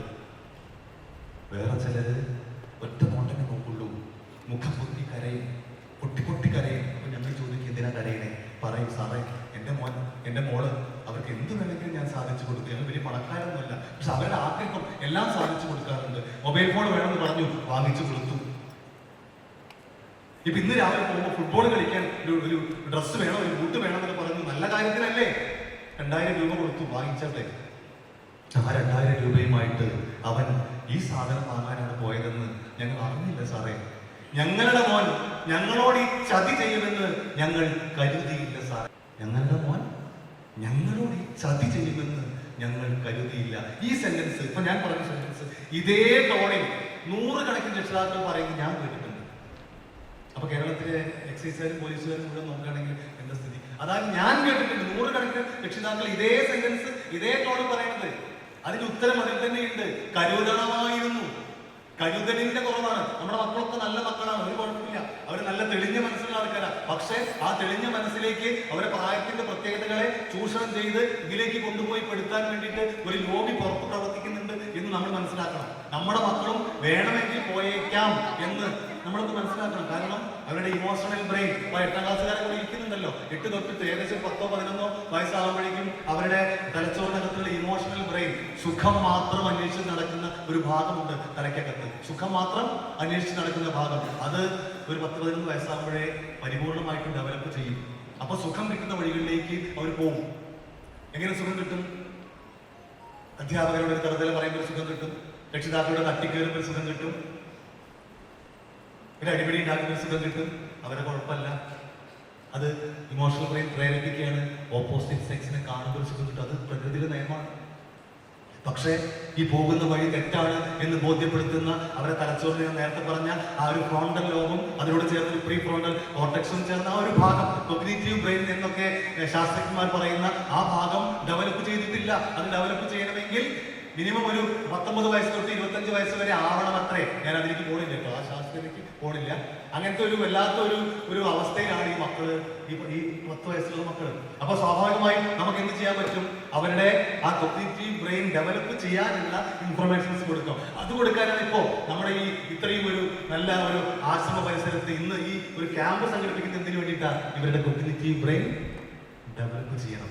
അതിന് നമ്മുടെ പുരാണങ്ങളും ഇപ്പൊ മുത്തശ്ശിമാരൊക്കെ മടിയിലിരുത്തിയിട്ട് ആ മുറയിലായിട്ടുള്ള നല്ല സാംസ്കാരിക ബോധം ഉണ്ടാക്കുന്ന നമ്മുടെ കഥകൾ ആരെങ്കിലും പറഞ്ഞു കൊടുക്കുന്ന ശീലം നമ്മുടെ വീട്ടിലുണ്ടോ? ആ ശീലം നഷ്ടപ്പെട്ടതാണ്. അത് നഷ്ടപ്പെടുന്നു. എല്ലാ മതത്തിനും ഞാൻ പറയാം, എല്ലാ മതക്കാരും ഇപ്പോ ഇസ്ലാം മതക്കാരാണെങ്കിൽ അവരെ പരിശുദ്ധ ഖുറാനിലെ കാര്യങ്ങൾ അവർ പറഞ്ഞു കൊടുക്കണം. അതൊക്കെ മുറയിലായിട്ട് കുട്ടികളെ കോഗ്നിറ്റീവ് ബ്രെയിൻ ഡെവലപ്പ് ചെയ്യാൻ നമ്മൾ രാമായണവും മഹാഭാരതവും അതിലെ നല്ല കാര്യങ്ങള്, അതിലെടുക്കാവുന്ന നല്ല കാര്യങ്ങള് അതിൽ നടക്കുന്ന ഓരോ കാര്യങ്ങളിലും ഓരോ സന്ദേശങ്ങളില്ലേ, ഓരോ വരികളിലും ഓരോ സന്ദേശങ്ങളില്ലേ, പറഞ്ഞു കൊടുക്കണം. അതില്ല. എന്തായാലും പലപ്പോഴും ഒരു അമ്മയെ വിളിച്ചപ്പോ അമ്മ ഫോണെടുത്തപ്പോ പറഞ്ഞാൽ നിങ്ങൾ അനാവശ്യം പറയല്ലേ, എന്റെ മോനൊന്നും അത് ചെയ്യില്ല. അമ്മ ഇതുവരൊന്നും വരൂ, നിങ്ങളുടെ മോൻ തന്നെ. നിങ്ങൾ അങ്ങനെ പറയല്ലേ, എന്റെ മോൻ ചെയ്യില്ല. അമ്മ വരൂ, നിങ്ങൾ കൊണ്ടുപോക്കോളൂ നിങ്ങളെ മോനെ. വന്നപ്പോ ഓടിക്കതച്ച് വരികയാണ് പാവം. 3-ാം നിലയിലാണത്തെ ഞങ്ങളുടെ ഓഫീസ്. ആ ഓഫീസിന്റെ 3-ാം നിലയിലുള്ള ഓഫീസിൽ വന്ന് ആ വാതിൽക്കൽ എത്തുമ്പോഴും മക്കൾ കേട്ടോ, അമ്മയുടെ മനസ്സിലെന്താ അറിയോ, എന്റെ കുട്ടി അവൻ എന്നെ ചതിക്കില്ല, അവനെന്താ ചെയ്യില്ല, അവൻ നല്ല കുട്ടിയാ, ഞാൻ വളർത്തിയതല്ലേ, എന്റെ കുട്ടി എന്നോട് ചതി കാണിക്കോ. വന്ന് നോക്കുമ്പോ 10-18 ആളുടെ കൂട്ടത്തിൽ സ്വന്തം മകൻ ഇങ്ങനെ മുഖം പൊത്തി, അമ്മയെ കണ്ടപ്പോ മുഖം പൊത്തി തല താത്തിയപ്പോ ആ അമ്മ ഞങ്ങളുടെ മുന്നിൽ ബോധം പറ്റി വീഴുന്നത് ഞങ്ങൾക്കാണ്. എത്രയുമാണ്. എന്തായാലും മക്കളൊക്കെ ഞങ്ങൾ ഇറക്കി വിടാറുണ്ട്. തുടക്കത്തിലെ കണ്ടെത്തിയാൽ അവരെ കൊണ്ടുപോയി ചികിത്സിക്കാം, ശാസ്ത്രീയമായ ചികിത്സ കൊടുത്താൽ തിരിച്ചു കൊണ്ടുവരാം. അതിനുള്ള സംവിധാനങ്ങളൊക്കെ നമ്മൾ സർക്കാരും ചെയ്യുന്നുണ്ട്. നിങ്ങൾ ഒരു കാര്യം ഓർക്കുക, നമ്മുടെ മക്കളെ കുറിച്ചല്ല ഞാൻ പറയണേ, നമ്മുടെ ചുറ്റിലോ നമ്മുടെ വീട്ടിലോ കുടുംബത്തിലോ ആരെങ്കിലും ഏതെങ്കിലും കുട്ടികൾ ഇങ്ങനെ റൂട്ട് മാറി സഞ്ചരിക്കാൻ തുടങ്ങിയതായിട്ടൊരു സംശയം നിങ്ങൾക്കുണ്ടെങ്കിൽ നിങ്ങൾ 144-05 എന്നൊരു നമ്പർ ഉണ്ട്. 144-05 ആ നമ്പറിലേക്ക് ജസ്റ്റ് ഒരു കോൾ ചെയ്യുക. 10 മണി തൊട്ട് പകൽ 10 മണി തൊട്ടിട്ട് വൈകിട്ട് 5 മണി വരെ എപ്പോൾ വിളിച്ചാലും കിട്ടും. അതിൽ വളരെ പ്രഗത്ഭരായിട്ടുള്ള സൈക്കോളജിസ്റ്റുകളാണ് ഈ ഫോൺ എടുക്കുക. ഈ ഫോണിലൂടെ അത് നമുക്ക് കൗൺസിലിംഗ് നടത്താം. എന്നിട്ടും അതിൽ ശരിയാവാത്തൊരു കേസാണെങ്കിൽ അവർ പറയും, അവരെ കൊണ്ടുപോയിട്ട് വളരെ ശാസ്ത്രീയമായ ചികിത്സ കിട്ടുന്ന ഡി അഡിക്ഷൻ സെന്ററുകൾ സർക്കാരിന്റെ ഭാഗത്തുണ്ട്, പ്രൈവറ്റ് വേറെ ഉണ്ട്, അത് ഞാൻ പറയുന്നില്ല. സർക്കാരിന്റെ ഭാഗത്തുണ്ട്, സൗജന്യമായ ചികിത്സയാണ്. അവിടെ പ്രഗത്ഭരായ സൈക്കാട്രിസ്റ്റുകളും സൈക്കോളജിസ്റ്റുകളും ഉണ്ട്. ഇവര് ഒരു കൂട്ടായ്മയായിട്ടുള്ള ഒരു ചികിത്സാ രീതിയാണ്. അത് കൊണ്ടുപോയിട്ട് അവർ തിരിച്ചു കൊണ്ടുവരണം. തുടക്കത്തിലെ കണ്ടെത്തിയാൽ തിരിച്ചു കൊണ്ടുവരാം. ഇങ്ങനത്തെ വിഷയത്തിൽ കിടക്കാം. ഞാൻ ജസ്റ്റ് അതിനിടയിൽ സൂചിപ്പിച്ചതാണ്. പക്ഷേ തീവ്രമായി അടിമപ്പെട്ടാൽ തിരിച്ചു വരാൻ പറ്റില്ല. തീവ്രമായി അടിമപ്പെട്ടാൽ തിരിച്ചു വരാൻ സാധിക്കില്ല. അതാണ് പ്രശ്നം. തിരിച്ചു വന്നവരൊക്കെ ഉണ്ട്. ഒറ്റ ഉദാഹരണം പറയാം. ആ ഉദാഹരണം പറയുമ്പോൾ ഏകദേശം നമുക്ക് കുറച്ച് കാര്യങ്ങളുണ്ട്, കുട്ടികൾക്ക് കുറച്ച് കാര്യങ്ങൾ എടുക്കാനുള്ളത് കൊണ്ട് ആ ഉദാഹരണത്തിലൂടെ ഇങ്ങനെ പോകാം. അപ്പോഴേക്ക് സമയം വേണമെങ്കിൽ അതാണ് കുഴപ്പം. ആ ഉദാഹരണം ഇതാണ്. എന്റെ നാട്ടിൽ വെച്ച് ഞാൻ സ്ഥലത്തിന്റെ പേര് പരസ്യമായിട്ട് പറയില്ല, ഇതൊക്കെ നാളെ യൂട്യൂബിൽ വരും. ഞാൻ കഷ്ടകാലത്ത് ഒരു സ്ഥലത്തിന്റെ പേര് പറഞ്ഞു. അവസാനം എല്ലാവരും കൂടി എന്റെ നെഞ്ചത്തേക്ക് കയറി. അത് ശരി, ഇവിടുത്തെ മുഴുവൻ ലഹരി ഉപയോഗിക്കണമല്ലേ. കഷ്ടകാലത്തിന് ആ ഒരു വീഡിയോ ഒരുപാട് വൈറലാവും. 10-30 ലക്ഷം ആളുകൾ. അതിൽ ഈ സ്ഥലത്തിന്റെ പേരുണ്ട്. അവസാനം ഞാൻ ആ കഷ്ടപ്പെട്ടു. ഇത് പിൻവലിക്കാനും വയ്യല്ലോ. അതുകൊണ്ട് ഒരു സ്ഥലം, ഏതോ ഒരു സ്ഥലം അത്ര ഓർത്താൽ മതി. അവിടെ വെച്ചൊരു കേസ് പിടിച്ചു. ആ പ്രതിയുടെ ഫോണിലേക്ക് ഒരുപാട് വിളികൾ വന്നു. അതിൽ വന്ന ഒരു കോള് ഞാനാണ് എടുത്തത്. അയാൾ പിടിക്കപ്പെട്ട പ്രതിയുടെ അന്നത്തെ ആ പിടിക്കപ്പെട്ട പ്രതിയുടെ ശബ്ദം അനുകരിക്കാൻ കൂടുതൽ എനിക്കാണ്, എന്റെ ശബ്ദമാണ് സാമ്യം. എടുത്തു. അതിൽ വിളി വന്നു. ഒരു ചെന്നായി വിളിച്ചിട്ട് ചോദിച്ചു, നിങ്ങൾ എവിടെയുള്ളത്? ഞാൻ വരട്ടെ. ആണ് വന്നോ? ഇങ്ങോട്ട് വരണ്ട, അപ്പുറത്ത് പോയിക്കോ, അവിടെ ബാറിന്റെ മുന്നിൽ പോയി നിന്നോ എന്ന് പറഞ്ഞു. അങ്ങോട്ട് കൊണ്ടുവരാം. 2 മിനിറ്റ് കഴിഞ്ഞപ്പോൾ വീണ്ടും വിളി വരുമ്പോൾ നമുക്ക് പേടിയാണ്. കാരണം ഇതേപോലെ ശബ്ദം അനുകരിക്കാൻ കിട്ടില്ലെങ്കിൽ പണി പാടിപ്പോകും. അതുകൊണ്ട് ഫോണൊക്കെ പൊത്തി പിടിച്ചിട്ട് ഇയാൾ വിളിച്ചപ്പോൾ ഞാൻ ചോദിച്ചു, എന്തേ? അപ്പൊ പറഞ്ഞു, ഞങ്ങൾ അവിടുത്തെ തനതായ നാടൻ ഭാഷ പറഞ്ഞു, നിങ്ങൾ ഇന്നാളെ ഇരിക്കുക എന്നില്ല, ആ ചപ്പ് സാധനം പറ്റില്ല കേട്ടോ, നല്ല സാധനമാണ്. അപ്പൊ അതേ ഭാഷയിൽ ഞാനും മറുപടി പറഞ്ഞു, അനക്കെന്തെങ്കിലും ഞാൻ ചപ്പ് സാധനം തന്നിട്ടുണ്ടാ, എന്റെ കയ്യിൽ ഈ സാധനം ഉള്ളൂ, അത് വേണം ഇങ്ങോട്ട് വന്നാൽ മതി, എനിക്ക് എന്റെ കച്ചവടം ഒന്നും വേണ്ട, ഇത് വാങ്ങാൻ വേണ്ടി ഞാൻ കത്തി കയറുക. ഇത് വാങ്ങാൻ വേണ്ടി ആൾക്കാർ ക്യൂ നിൽക്കുകയാണ്. കത്തി കയറുമ്പോൾ ഓ പറഞ്ഞു, മതി, ദേഷ്യപ്പെടണ്ട. ഏത് സാധനം വേണ്ട, എനിക്ക് അവിടെ മാറ്റി വെച്ചോളി, ഞാൻ വരാം. ഏത് സാധനം വേണ്ടില്ല, ഞാൻ വരികയാണെങ്കിൽ പെട്ടെന്ന് വാ എന്ന് പറഞ്ഞു. ആ ബാറിന്റെ മുന്നിൽ ഞങ്ങൾ ഇങ്ങനെ പോയി നിൽക്കുകയാണ്. തിരക്കുള്ള സമയമാണ്. ഈ ഇടയിൽ നിന്ന് നമുക്കറിയാത്ത ആളല്ലേ, അവനെ പിടിക്കാൻ പ്രയാസമല്ലേ. അതുകൊണ്ട് ഞങ്ങൾ അവന്റെ ഫോണിലേക്ക് വിളിച്ചു. അപ്പൊ പലരും ഹലോ എന്ന് പറയുന്നുണ്ട്. അപ്പൊ ഞങ്ങൾക്ക് തോന്നി, ഇവനാണോ ചപ്പ സാധനം പറ്റില്ല എന്ന് പറഞ്ഞ്. എന്തെങ്കിലും തോന്നാൻ കാരണം എന്നറിയോ? രക്ഷിതാക്കൾ കേട്ടോളൂ. എന്തെങ്കിലും തോന്നാൻ കാരണം എന്നറിയോ? സാധാരണ ലഹരിക്ക് മരുന്ന് അടിമപ്പെടുന്ന ആൾക്കാർ, കുട്ടികൾക്കൊക്കെ അടിമപ്പെട്ട് കഴിഞ്ഞാൽ ചില പ്രത്യേകതകൾ ഉണ്ടാവും. ഒന്നാമത് ദൈനംദിന കാര്യങ്ങളൊന്നും ശ്രദ്ധിക്കില്ല, നനക്കില്ല, കുളിക്കില്ല, പല്ല് തേക്കില്ല, അതിനുള്ള ശ്രദ്ധയൊന്നും ഉണ്ടാവില്ല. അതൊക്കെ വേണമെങ്കിൽ മതി എന്നുള്ള തോന്നലാവും. മുടിയൊക്കെ കൂടെ ഞാൻ പറയേണ്ടി കേട്ടിട്ട് ആരും എന്നെ തെറ്റിദ്ധരിക്കരുത്, മുഴുവൻ കേട്ടാൽ മതി. പറയുമ്പോഴേ ഇയാൾക്ക് പറയാനോ വന്നെന്ന് ചിന്തിക്കേണ്ട. മുടിയൊക്കെ കൂടെ ഇങ്ങനെ കുത്തനെ മുളച്ചിങ്ങനെ ചേന മുളച്ചിങ്ങനെ നിൽക്കും എന്ന് വിചാരിച്ചിട്ട് മുടി വളർത്തുന്ന എല്ലാവരും കുഴപ്പക്കാരല്ല, അങ്ങനെ ഞാൻ പറയണില്ല, അങ്ങനെ കരുതണ്ട കേട്ടോ, ഒരിക്കലുമില്ല. പക്ഷെ ഞങ്ങളുടെ മുന്നിൽ വരുന്ന ആൾക്കാര്, ലഹരി മരുന്നിൽ അടിക്കപ്പെടുന്ന ആൾക്കാര് മുടി ഇങ്ങനെ കുത്തനെ നിൽക്കും, പാന്റ് ഊരി പോയിട്ട് ഇവിടെ, പാന്റ് ഊരി പോയിട്ടേ ഇവിടെ കാണാൻ പാടില്ല എന്ന് പറഞ്ഞാൽ എല്ലാവരും കാണിച്ചിട്ട് നടക്കുക. ഷർട്ടിന്റെ ബട്ടൺസ് തലങ്ങും വരുന്നു, ചിലർ കണ്ണ എഴുതും, സുറുമ എഴുതും, ഇങ്ങനെയൊക്കെയാണ് കാണാറ് എന്ന് വിചാരിച്ചിട്ട് മുടി വളർത്തുന്ന എല്ലാവരും കുഴപ്പക്കാരാണോ? അല്ല.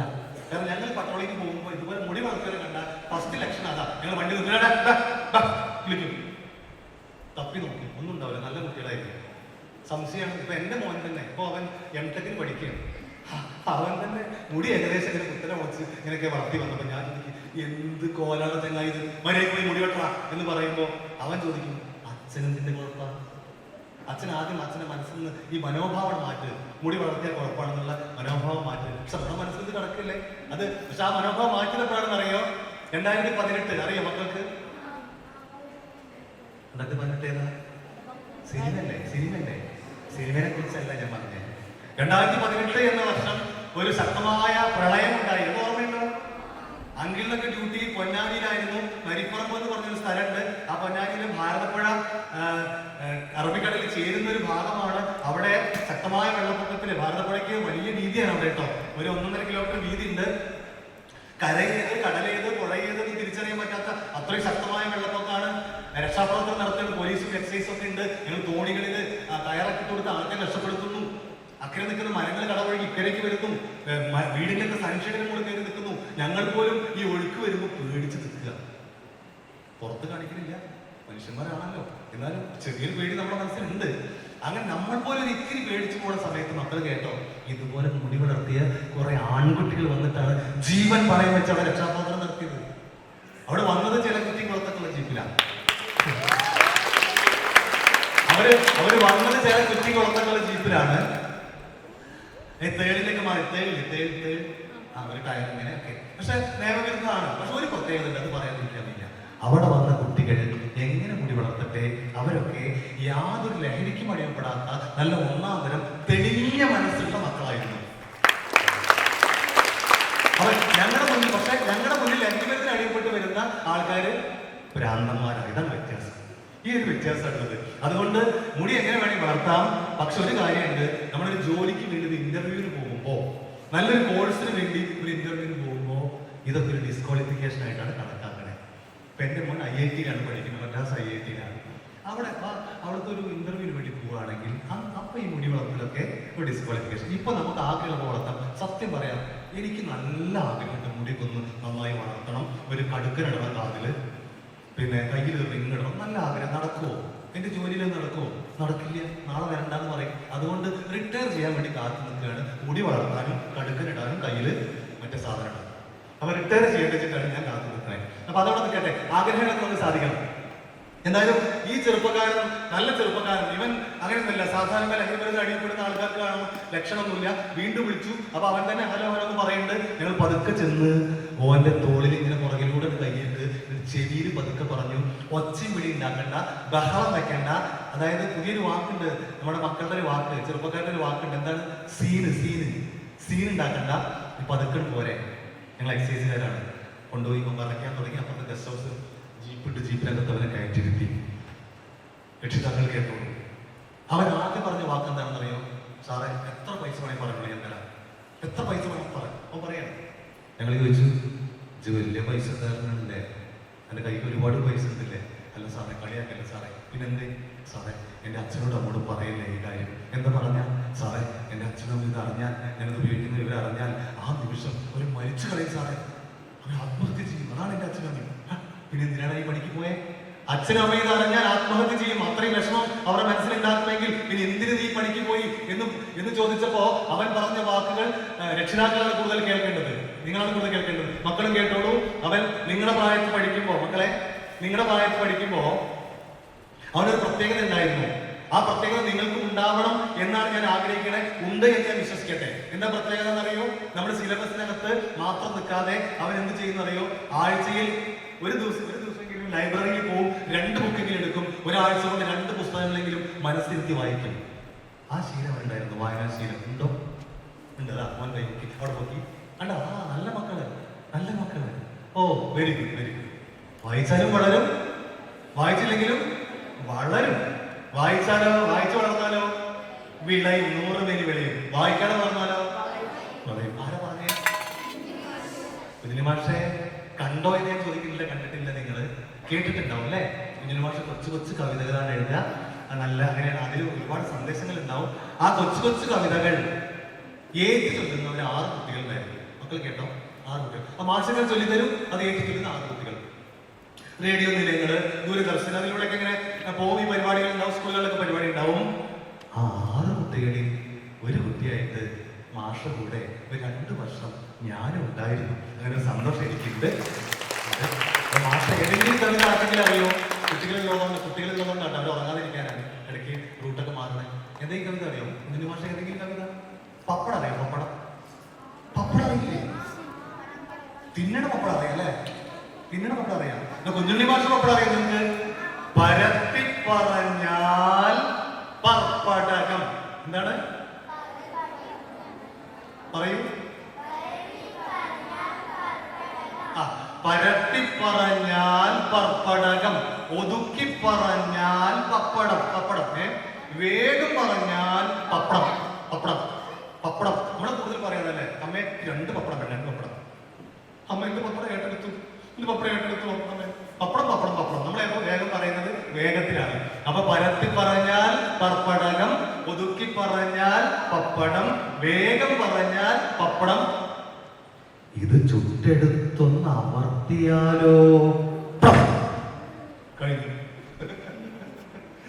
ഇതുപോലെയാണ് ജീവിതം. പരത്താം, ഒതുക്കാം, വേഗത്തിലാക്കാം, വളയ്ക്കാം, ഇതൊക്കെ ചെയ്യാം. പക്ഷെ സൂക്ഷ്മതയോടുകൂടി കൈകാര്യം ചെയ്തില്ലെങ്കിൽ പെട്ടെന്ന് പൊട്ടിപ്പോകാവുന്നതാണ്, പപ്പടം പോലെ പൊടിയാവുന്നതാണ് ജീവിതം എന്ന സന്ദേശം അതിലുണ്ട്. കുഞ്ഞിലി മാഷ് ഓർത്തു പോയതാണ്. കുഞ്ഞിലി മാഷാണ് പറഞ്ഞത് വായിച്ചാലും വളരും, വായിച്ചില്ലെങ്കിലും വളരും, വായിച്ചാൽ വിളയും, 100 മേനി വിളയും. പക്ഷെ എന്റെ കാര്യം പറയട്ടെ, അങ്കിളിന് നല്ല മടിയായിരുന്നു വായിക്കാൻ. മടിയായിരുന്നു എന്നത് അഭിമാനത്തോടെയല്ല അങ്കിൾ പറയണേ. ആ മടിയായതിന്റെ ബുദ്ധിമുട്ട് അങ്കിള് അനുഭവിക്കാറുണ്ട്, ഇപ്പോഴും അനുഭവിക്കുന്നുണ്ട്. വായിച്ച ഒരുപാട് ഗുണങ്ങളുണ്ട്. പക്ഷെ ഞാൻ ഏറ്റവും ഇപ്പൊ അടുത്ത കാലത്ത് അനുഭവിച്ച ഒരു കാര്യം ഞാൻ നിങ്ങളോട് പറയട്ടെ. ഞാനൊരു വലിയൊരു പ്രോഗ്രാമിൽ പോയിട്ട് ക്ലാസ് എടുക്കാൻ പോയതാണ്. 10,500 കുട്ടികളുണ്ട്, അവർ രക്ഷിതാക്കളുണ്ട്. ഇതുപോലെ വലിയ ഓഡിറ്റോറിയം, മുകളില് ബാൽക്കണി ഉണ്ട്. വടക്കാണ് തിരൂർ വെച്ചിട്ട് JMHS എന്ന് പറഞ്ഞ സ്കൂളിന്റെ പ്രോഗ്രാമാണ്. ഉദ്ഘാടനം ചെയ്യാൻ ബഹുമാനപ്പെട്ട തിരൂർ DYSP കേട്ടിട്ടുണ്ടോ? Deputy superintendent of police. അദ്ദേഹം വന്നു. ബെന്നി സാറ് വന്ന് സാറ് ഉദ്ഘാടനം ചെയ്യുമ്പോൾ സാറ് പറഞ്ഞു, കഴിഞ്ഞ 20 വർഷമായി ഞാൻ ഇങ്ങനെ പോലീസിൽ വർക്ക് ചെയ്യുമ്പോൾ, സാന്ദർഭികമായിട്ട് പറയണം, കഴിഞ്ഞ 20 വർഷമായി ഞാൻ പോലീസിൽ ജോലി ചെയ്യുമ്പോൾ ഞാൻ കണ്ട കുറച്ച് കാര്യങ്ങൾ എന്ന് പറയുമ്പോൾ ഞാൻ അവിടെ അങ്ങനെ ഇരുന്നിട്ട് അദ്ദേഹത്തെ നോക്കി. ദൈവമേ, ബെന്നി സാറ് 20 വർഷമേ ആയിട്ടുള്ളൂ. ആ 20 വർഷമായപ്പോഴേക്കും ഡെപ്യൂട്ടി സൂപ്രണ്ട് ഓഫ് പോലീസ് എന്ന് പറഞ്ഞ വലിയ പദവി. സിനിമയിൽ കണ്ടിട്ടുണ്ടോ നിങ്ങള്? ഒരുപാട് നക്ഷത്രങ്ങൾ ഇങ്ങനെ ഞാൻ തോളത്ത് വെച്ച്, സുരേഷ് ഗോപി ചേട്ടന്റെ ഒക്കെ റോൾ കണ്ടില്ലേ? ഒരുപാട് നക്ഷത്രങ്ങൾ ഇങ്ങനെ തോളിൽ വെച്ച് ഡെപ്യൂട്ടി സൂപ്രണ്ട് ഓഫ് പോലീസ്, അതായത് ജില്ലാ മേധാവിയുടെ തൊട്ടു താഴെയുള്ള ആ പദവിയിൽ ഇങ്ങനെ, ആ പദവിയിൽ അഭിമാനത്തോടെ ഇരിക്കുമ്പോ ഞാൻ അവിടെ ഇരുന്ന് ഓർത്തത് എന്താണെന്ന് അറിയോ? ദൈവമേ, അന്ന് ഞാൻ 24 വർഷമായിട്ടുണ്ട് അങ്കിള് പോലീസിലെ എക്സൈസിൽ 24ാമത്തെ വർഷമായിരുന്നു. എന്നിട്ട് 27 വർഷമായി. അപ്പൊ ഞാൻ ഓർത്തത്, ദൈവമേ, 24 വർഷമായ ഞാൻ ഒരു നക്ഷത്രം പോലും തോളിൽ വരാതെ, ഇതിപ്പോ അടുത്ത് കിട്ടിയതാട്ടോ, ഇതൊന്നുമില്ല. അപ്പൊ ഒരു നക്ഷത്രം പോലും തോളിൽ വരാതെ ഇരിക്കുകയാണല്ലോ എന്ന് ഓർത്തപ്പോ അതിനുള്ള ഉത്തരം എനിക്ക് കിട്ടി. ആ സങ്കടം മാറി. ഉത്തരം ഇതായിരുന്നു: ബെന്നി സാറ് വായിക്കേണ്ട സമയത്ത് നന്നായി വായിച്ചു. ഞാൻ വായിക്കേണ്ട സമയത്ത് ഞങ്ങളുടെ വളാഞ്ചേരി കരേക്കാട് വീട്ടില് ഒരുപാട് പറങ്കിമാവ് ഉണ്ടായിരുന്നു, അതിനെറിഞ്ഞുകൊണ്ട് നടന്നു. പക്ഷെ ഒരു കാര്യമുണ്ട്, കുറച്ചു വായിച്ചുകൊണ്ട് വളഞ്ഞില്ല എന്ന് എനിക്ക് ഉറപ്പുണ്ട്. പക്ഷെ വേണ്ടത്ര വിളഞ്ഞില്ല എന്നും എനിക്കറിയാം. അതുകൊണ്ട് എന്താ ചെയ്യേണ്ടത് മക്കളെ? വായിക്കേണ്ട സമയത്ത് നന്നായി വായിക്കണം, അപ്പൊ വിളയും.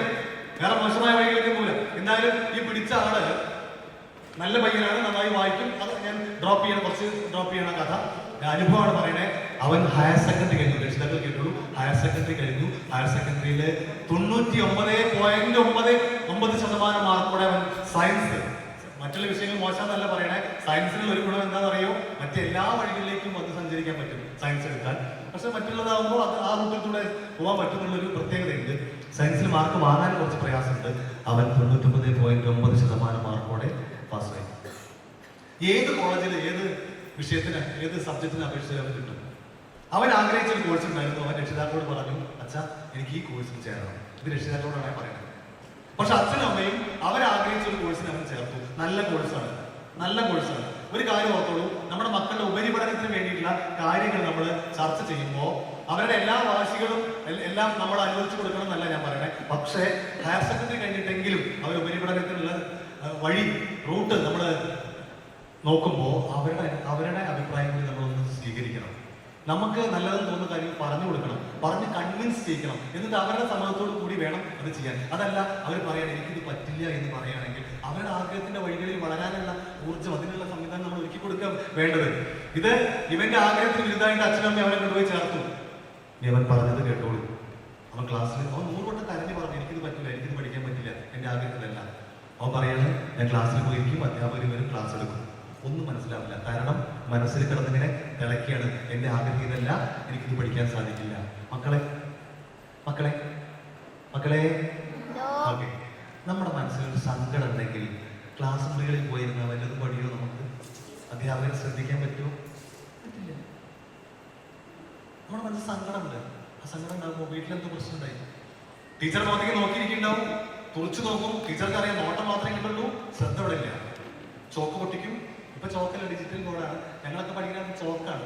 ചോക്കൊണ്ട് എഴുതുക, ചോക്ക് പൊട്ടിച്ച് ഒറ്റ ഏതാ അത് നെറ്റിൽ തട്ടും. തട്ടുമ്പോഴാണ് നമ്മൾ ആ ഉണർന്ന് കണ്ണു തുറന്ന് ഉറക്കത്തിൽ അപ്പോഴാണ് ഉണരുമ്പോ സനം സനം ഞാനിപ്പോ എന്താ പറഞ്ഞേ എന്ന് ചോദിച്ചാൽ അടുത്തുള്ള പോകുന്നു, എന്താ പറഞ്ഞ പോകുന്നു അല്ലേ? ഒന്നും ഉണ്ടാവില്ല ഇവിടെ. അതായത് നമ്മുടെ മനസ്സിലൊരു സങ്കടം ഉണ്ടെങ്കിൽ ക്ലാസ് ഇരിക്കാൻ പറ്റില്ല. പോട്ടെ, മക്കളോട് ഒരു കാര്യം ചോദിക്കട്ടെ, പ്രത്യേകിച്ച് ആ ഹയർ സെക്കൻഡറി 10ാം ക്ലാസ് 8ാം ക്ലാസ്സിനോട് ഒരു കാര്യം ചോദിക്കട്ടെ.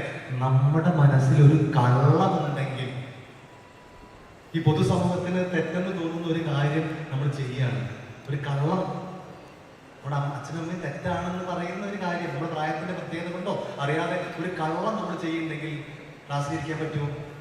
കള്ളക്കടത്തിന് തിളയ്ക്കും, പിടിക്കോ ദൈവം പിടിക്കോ അല്ലേ? അപ്പം മനസ്സ് ഭാരമില്ലാതിരിക്കണം. ഞാൻ സമയമില്ലാത്തതുകൊണ്ട് ഡ്രോപ്പ് ചെയ്യുന്നു. ഇവ ക്ലാസ് പോയിരിക്കും, അധ്യാപകർ ഒരു ക്ലാസ് എടുക്കും. ഞാൻ പെട്ടെന്ന് അവസാനിപ്പിക്കാം കേട്ടോ, നിങ്ങൾ ഒന്ന് ശ്രദ്ധിക്കണേ. വളരെ പ്രധാനപ്പെട്ട കാര്യം പറയുന്നത്, ഫസ്റ്റ് സെമസ്റ്റർ കഴിഞ്ഞു, ആദ്യത്തെ പരീക്ഷ, ഫസ്റ്റ് സെമസ്റ്റർ എക്സാം തോറ്റു. ജീവിതത്തിൽ എന്നും 1ാം സ്ഥാനത്ത് നിന്ന് അവൻ തോറ്റപ്പോ അവൻ പറഞ്ഞത് അതുപോലെ ഞാൻ പറയാണ്, സാറേ ഇതെനിക്ക് വീട്ടിൽ പറയാൻ പറ്റില്ല, സഹിക്കാൻ പറ്റിയില്ല, അതുകൊണ്ട് അന്ന് രാത്രി ഞാൻ ആത്മഹത്യ ചെയ്യാൻ തീരുമാനിച്ചു. ഇത് പറയുമ്പോ നിങ്ങൾ കരുതും ഒരു പരീക്ഷയിൽ തോറ്റതിന് ആത്മഹത്യ ചെയ്യുമോ? എത്രയോ അനുഭവങ്ങൾ നമ്മുടെ മുന്നിലുണ്ട് അല്ലേ? അല്ലേ? എന്തെങ്കിലും ഒന്ന് പറയൂല്ലേ? സത്യല്ലേ? ആത്മഹത്യ ചെയ്യാൻ തീരുമാനിച്ചു. ഹോസ്റ്റലിന്റെ 5ാം നിലയിൽ കയറി ചാടുകയാണ്. പക്ഷെ അടുത്ത കാര്യം പറഞ്ഞപ്പോഴേക്കും അവന്റെ കണ്ണുകൾ വിടരുന്നു, മുഖത്തൊരു മാറ്റം, ഒരു ഊർജ്ജസ്വലത. അവൻ പറയാണ്, സാറേ ഞാൻ മരിച്ചില്ലല്ലോ, ജീവിച്ചിരിക്കുന്നുണ്ടല്ലോ. ഞാൻ ഇപ്പോഴും ജീവിച്ചിരിക്കുന്നുണ്ടെങ്കിൽ അതിൽ 100% കടപ്പാടും എനിക്ക് എൻ്റെ കൂട്ടുകാരോടാണ് സാറേ. എൻ്റെ കൂട്ടുകാരാണ് എന്നെ രക്ഷിച്ചത്. നല്ല കാര്യം അല്ലേ? കേട്ടപ്പോ നല്ല കാര്യമല്ലേ? അത് നല്ല കാര്യം. ഇനി ഒരു കാര്യം നീ പറഞ്ഞു, അതുകൂടി കേൾക്കണം.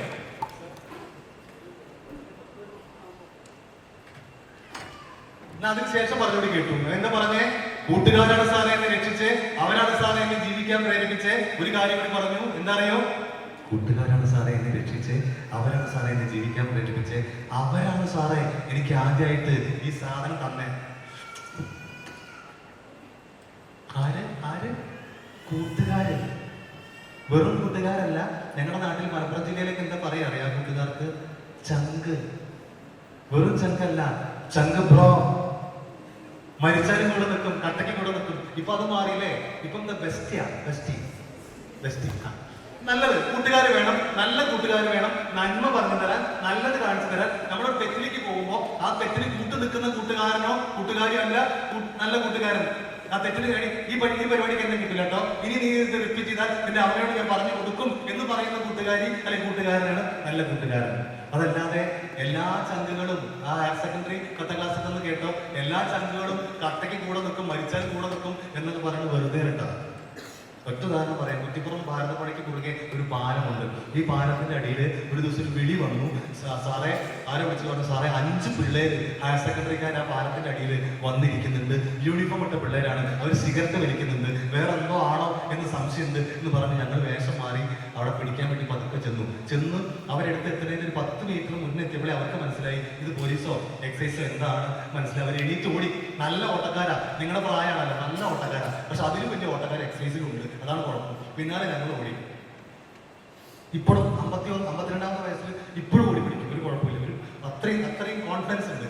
ഓടി പിടിച്ചു. 3 ആളെ കിട്ടിയില്ല, 2 ആളെ കിട്ടിയില്ല. ആ 3 ആളെ പിടിച്ച് ഞങ്ങൾ പോരുകയാണ്.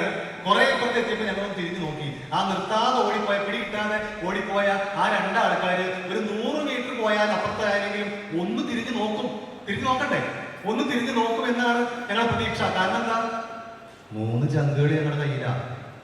തിരിഞ്ഞു നോക്കിയില്ല. പിന്നെ ഒരു പ്രതീക്ഷ ഉണ്ട്. ഈ ഓടി കിടപ്പൊക്കെ മാറി എവിടെയും സൈഡായിട്ട് ആ കിടപ്പ് മാറാണ്. മറ്റവരോട് ചോദിക്കടാ, അതിപ്പോ പോലീസാണോ എക്സൈസ് ആണോ? മറ്റം പറയും ആരെങ്കിലും ആയിക്കോട്ടെ, നമുക്കെന്താ, നമ്മൾ രക്ഷപ്പെട്ടല്ലോ. അങ്ങനെ പറയലടാ, നമ്മുടെ ചങ്ങാതിമാരല്ലേ, നമ്മൾ ഒന്നിച്ചല്ലേ ക്ലാസ് കട്ട് ചെയ്തത്. മയ്യാൾ പോയിക്കോ, ഞാനില്ല. അങ്ങനെ പറയലടാ, ക്ലാസ് കട്ട് ചെയ്യാൻ വേണ്ടി നീയല്ലടാ മുൻകൈ എടുത്ത് ഇപ്പൊ നീ ഇങ്ങനെയാണ് പറയണത്, എന്നാ നീ പൊക്കോ, ഞാനില്ല. അങ്ങനെ പറയടാ. അങ്ങനെ പരസ്പരം ധൈര്യം സംഭരിച്ച് വരും. ഇപ്പൊ ഞങ്ങളുടെ ഓഫീസിന്റെ വരാന്തയിൽ ഇങ്ങനെ നടക്കുമ്പോ എന്തേ പറയും, സാറേ ഞങ്ങളെ ചങ്ങായിമാരാണ് സാറേ അത്. ശരി, നിങ്ങളെ ഓടിയത്? ഞങ്ങളെ ഓടിയത്. സാറേ ക്ലാസ് കട്ട് ചെയ്തിട്ടുള്ളൂ. സാറ് സിഗരറ്റ് വലിച്ചിട്ടുള്ളൂ. അതെ സാർ, സിഗരറ്റ് വലിച്ചിട്ടുള്ളൂ, വേറെ ഒന്നും ചെയ്തിട്ടില്ല സാറേ. സിഗരറ്റ് വലിച്ചു, ഇനി മേലായി വലിക്കില്ല, ഇനി സത്യം, നിങ്ങളുടെ അമ്മയാണ് സത്യം, ഇനി ചെയ്യില്ല സാറേ. അവരെ വിടോ സാറേ, വിടോ എന്ന് പറഞ്ഞു വരണം എന്നാണ് ഞങ്ങളുടെ ആഗ്രഹം. വരണം, ഇവരെ പ്രതികളാക്കാമെന്ന് ഞങ്ങൾക്ക് ആഗ്രഹമില്ല. ഞങ്ങൾ കാത്തു നിൽക്കുകയാണ്. മക്കളെ കേട്ടോ, 1 മണിക്കൂർ കഴിഞ്ഞു, 1.5 മണിക്കൂർ കഴിഞ്ഞു, 2 മണിക്കൂർ കഴിഞ്ഞു, 2.5 മണിക്കൂർ കഴിഞ്ഞു. ചങ്കുകൾ വിചാരിച്ചു നമ്മുടെ തടി രക്ഷപ്പെട്ടല്ലോ, അവർ പോയി ജയിലിൽ കിടക്കെ, എന്ത് വേണമെങ്കിൽ ചെയ്തോട്ടെ. ഇതാണ് ചങ്കുകൾ. എല്ലാ ചങ്കുകളും ചങ്കുകളല്ല. 3 ആളെ വെച്ച ബൈക്കിൽ വരും. എന്നിട്ട് പോലീസോ എക്സൈസോ കൈ കാണിച്ച വണ്ടി ഓടിക്കുന്ന ആള് വണ്ടി നിർത്തി. വണ്ടി നിന്നില്ല എന്ന് കാണുമ്പോൾ ഏറ്റവും പുറകെ ഇങ്ങനെ തള്ളിയിരിക്കുന്ന ആളില്ലേ, ആ ആള് ഇങ്ങനെ ഒറ്റ പൊന്തല. ആ പൊന്തലിൽ ഒരാൾ അങ്ങോട്ട് ഓടി, മറ്റൊരു കാര്യം ഇങ്ങോട്ട് വിട്ടിട്ട് ഇങ്ങോട്ട് ഓടി. ഈ ഓടിച്ചു വന്ന ആളിങ്ങനെ പറിച്ചിട്ട് ഉടലട പോലീസിന്റെ മുന്നിൽ ഇങ്ങനെ പറിച്ചു. നിങ്ങൾ കാണണം, ഇതാണ് ചങ്കുകള്. പക്ഷെ മക്കളെ, 3-ാമത്തെ മണിക്കൂറിൽ കയറി വന്നു, ഓടി വന്നു, ചങ്കുകൾ വന്നു, ഓടിക്കതച്ച് വന്നു. ചങ്ക് പൊട്ടിട്ടാ വരണേ, കരഞ്ഞുകൊണ്ടാ വരണേ. 3-ാം നിലയിലുള്ള ഞങ്ങളുടെ ഓഫീസിലേക്ക് ഓടി വന്നിട്ട് ചോദിക്കുക, സാറേ എന്റെ കുട്ടി എവിടെ, എന്റെ മോൻ എവിടെ, അവൻ എവിടുന്ന് പിടിച്ച്, എനിക്ക് എന്റെ കുട്ടിയെ കാണണം, എന്റെ കുട്ടിയെ കാണിച്ചതാ എന്ന് പറഞ്ഞ് ചങ്ക് പൊട്ടി കരഞ്ഞുകൊണ്ട് അവിടെ ഓടി വരാൻ അവരുടെ അച്ഛനും അമ്മയും മാത്രമേ ഉണ്ടായിരുന്നുള്ളൂ. ചങ്ക് പൊട്ടാനും കൂടെ നിൽക്കാനും എന്നും എപ്പോഴും ഈ മാതാപിതാക്കളെ നിങ്ങളുടെ കൂടെ ഉണ്ടാവും എന്ന യാഥാർത്ഥ്യം ആദ്യം മനസ്സിലാക്കുക. അതിനപ്പുറത്തുള്ള ഒരു ചങ്ക് ഈ ലോകത്തില്ല. നമ്മുടെ ഏറ്റവും വലിയ ചങ്ക് എന്ന് പറയുന്നത്, നെഞ്ചിലെ കഥകൾ സൂക്ഷിക്കേണ്ട ചങ്ക് എന്ന് പറയുന്നത് രക്ഷിതാക്കളാണ്. നമ്മുടെ കൂടെ സന്തോഷിക്കാനും നമുക്കൊരു ബുദ്ധിമുട്ട് വരുമ്പോൾ കൂടെ നിന്ന് ചേർന്ന് നിൽക്കാൻ അവരെ ഉണ്ടാവുള്ളൂ. ഏതായാലും ഞാൻ സ്പീഡിൽ പറഞ്ഞു പോവാം. ഇവനെ ഇറക്കി വിട്ടു. ഇവന് മരിക്കാൻ വേണ്ടി പോകണം. ഹോസ്റ്റലിൽ 5-ാം നിലയിൽ കയറി നടന്നു പോകുമ്പോൾ ഈ കൂട്ടുകാർ പിന്നാലെ പോയി പിടിച്ചപ്പോൾ അവൻ പറഞ്ഞു, എന്നെ വിട്, എനിക്ക് മരിച്ചാൽ മതി, എന്നെ വിട്. അപ്പോ അവൻ പറഞ്ഞു, കൂട്ടുകാർ ചോദിച്ചു, മരിക്കേ, ആത്മഹത്യ ചെയ്യേ, മരിക്കേ, അതെന്തുകൊണ്ട് മറത്തരണ നീ പറയണേ? ദൈവം തന്ന ജീവിതം വെറുതെ അവസാനിപ്പിക്കേണ്ടതാണോ? ആണോ? എൻജോയ് ചെയ്യണ്ടാ. എന്താ ചോദിച്ചത്? എൻജോയ് ചെയ്യണ്ടാ, മരിച്ചു കഴിഞ്ഞാ നിങ്ങളുടെ വേണ, നിന്റെ ടെൻഷന് ഞാൻ മരുന്നിടാ എന്ന് പറഞ്ഞ് കൂട്ടിക്കൊണ്ടുപോയി ചെന്ന് ആദ്യമായിട്ട് അവരുടെ കയ്യിലേക്ക് ഈ സാധനം, പലരും നമ്മുടെ കയ്യിൽ പലതും വെച്ച് തരും. അതൊന്ന് വെച്ച് നോക്കടാ, സൂപ്പറാടാ എന്നൊക്കെ പറയും. വെച്ച് തന്നത് ഈ ചങ്കുകളാണ്. അപ്പൊ അവൻ പറഞ്ഞു, വേണ്ട, എന്റെ അമ്മയെങ്ങ അറിഞ്ഞ, എന്റെ അച്ഛനൊക്കെ അറിഞ്ഞ. നിന്റെ അമ്മയെന്ന് അറിയാൻ പോലെങ്കിലാ, ഇത് ആരും അറിയില്ല, ഇതിന് കുഴപ്പമൊന്നുമില്ലടാ. ഇങ്ങനെ പല ചേട്ടന്മാരും പലതും തരുക്കാ. നല്ല മിഠായിടാ, സൂപ്പറാടാ, വേണോ? വാങ്ങിക്കില്ല. മിടുക്കം പറയാൻ വാങ്ങിക്കില്ല. അതാണ് നമ്മൾ ചെയ്യുന്നത്. ഇതെല്ലാം പിടിപ്പിച്ചടാ, നിന്റെ അമ്മയെന്ന് അറിയാൻ പോലില്ല, ഇതിന് മണമൊന്നുമില്ല, ഇത് കുഴപ്പമൊന്നുമില്ല, ഇത് മരുന്നട, നിന്റെ പ്രശ്നം നീനൊക്കെ വെച്ചടാ. വീണ്ടും അവൻ പറഞ്ഞു, എനിക്ക് വേണ്ട. വീണ്ടും വേണ്ട എന്ന് പറഞ്ഞപ്പോ അവൻ ആൺകുട്ടി ആയിരുന്നു. അതുകൊണ്ട് ആൺകുട്ടികളാണെങ്കിൽ പിന്നെ ചോദിക്കുന്ന ചോദ്യം ഉണ്ട്, അതിൽ വീഴും എന്ന് ഉറപ്പാണ്. എന്താ ചോദിക്കുക അറിയോ? അല്ലെങ്കിൽ എന്നോടൊക്കെ പറഞ്ഞ വല്ല കാര്യമുണ്ടോ? നിന്നോട് എന്തിടണേ പറയണേ? നീ അത് ആണാണോ എന്ന് ചോദിച്ചാൽ നമ്മുടെ മക്കള് മാത്രമല്ല, ഇപ്പൊ എന്നോട് എന്റെ പുറത്ത് നോക്കി ആരെങ്കിലും നീ ആണാണോ ചോദിച്ചാൽ ഇവിടുന്ന് ഒരു തരിപ്പ് കെട്ടി വീഴും. അയ്യോ ഞാനാണാണല്ലോ. ഈ ആണത്തെ തെളിയിക്കാൻ വേണ്ടി ആദ്യത്തെ സാധനം ചുണ്ടിനകത്തേക്ക് വെക്കും. കഴിഞ്ഞു, അവിടെ കഴിഞ്ഞു. കഴിയാൻ പോകുന്നത് എന്താണ്? അടുത്ത സ്റ്റെപ്പ് വരുമ്പോൾ മനസ്സിലാവും, പെട്ടെന്ന് അവസാനിപ്പിക്കാം. എന്തായാലും ഇവൻ ഇറക്കി വിട്ടു, അവനെ കൊണ്ടുപോയി ചികിത്സിച്ചു, ഭേദമാക്കി. അവന്റെ അച്ഛനൊരു ഗസറ്റഡ് ഓഫീസറായിരുന്നു, അമ്മ ഒരു ഹൈസ്കൂൾ അധ്യാപികയായിരുന്നു. അവൻ ചികിത്സിച്ച് നന്നായി, അവൻ നല്ല തീവ്രമായി അടിയപ്പെട്ടു. എന്നിട്ടും തിരിച്ചു വന്നു. അവൻ ബിടെക് കഴിഞ്ഞു, അതിന് മുകളിലെ കോഴ്സ് കഴിഞ്ഞു. അവൻ ഇപ്പൊ ഗൾഫിൽ 3.5 ലക്ഷം രൂപ ശമ്പളമാണ്. കഴിഞ്ഞ ലീഗില് നാട്ടിൽ വന്നപ്പോ ഞങ്ങളെ കാണാൻ വന്നു. ഞങ്ങൾ അവന്റെ കാറിൽ 50 ലക്ഷം രൂപ വരുന്ന കാറ് സ്വന്തമായിട്ട് വാങ്ങിയിരിക്കണു.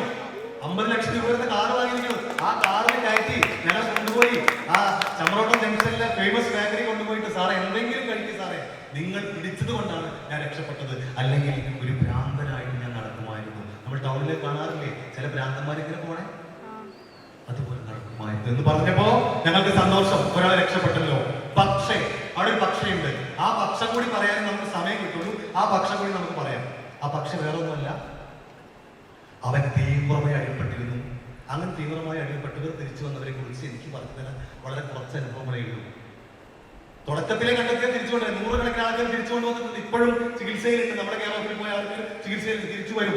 പക്ഷെ തീവ്രമായി അടിമപ്പെട്ട് തിരിച്ചു വരാൻ സാധിക്കില്ല, വളരെ പ്രയാസമാണ്. വിരലിലെണ്ണാവുന്ന ആൾക്കാർ തിരിച്ചു വന്നിട്ടുള്ളൂ. ഇത് അടിമപ്പെട്ട് അവസാനം മരിച്ചു പോയിട്ട് പുഴു വലിച്ചു കിടക്കുന്ന നിലയിൽ പോലും ഞാൻ ആൾക്കാരെ കണ്ടിട്ടുണ്ട്. അതവിടെ നിൽക്കട്ടെ. ആ പക്ഷെ വേറെ ഒന്നല്ല, ഞാൻ വർക്ക് ചെയ്ത ഒരു ഓഫീസിന്റെ ആ ഭാഗത്ത് പോയി, സ്ഥലം ഞാൻ പറയില്ല, അവിടെ നിന്ന് 365 പൊതി, ഈ കഥ പറയുമ്പോഴേക്കും നിങ്ങൾക്ക് സമയം കഴിയും, 365 പൊതി, ഒരു പൊതിയിൽ 1 ഗ്രാം പോലും തികയാത്ത ഒരു സാധനം കുടിച്ചു. ഒരു പൊതിയിൽ 1 ഗ്രാം ഇല്ല, പക്ഷെ 1 ഗ്രാം സ്വർണത്തിനേക്കാൾ വില അന്ന് ആ സാധനത്തിനുണ്ട്. ആ സാധനത്തിന് ഈ മക്കളോട് പേര് ഞാൻ പറയുന്നില്ല കേട്ടോ, രക്ഷിതാക്കളോട് ഇവര് പേര് പരിചയപ്പെടുത്തണ്ട.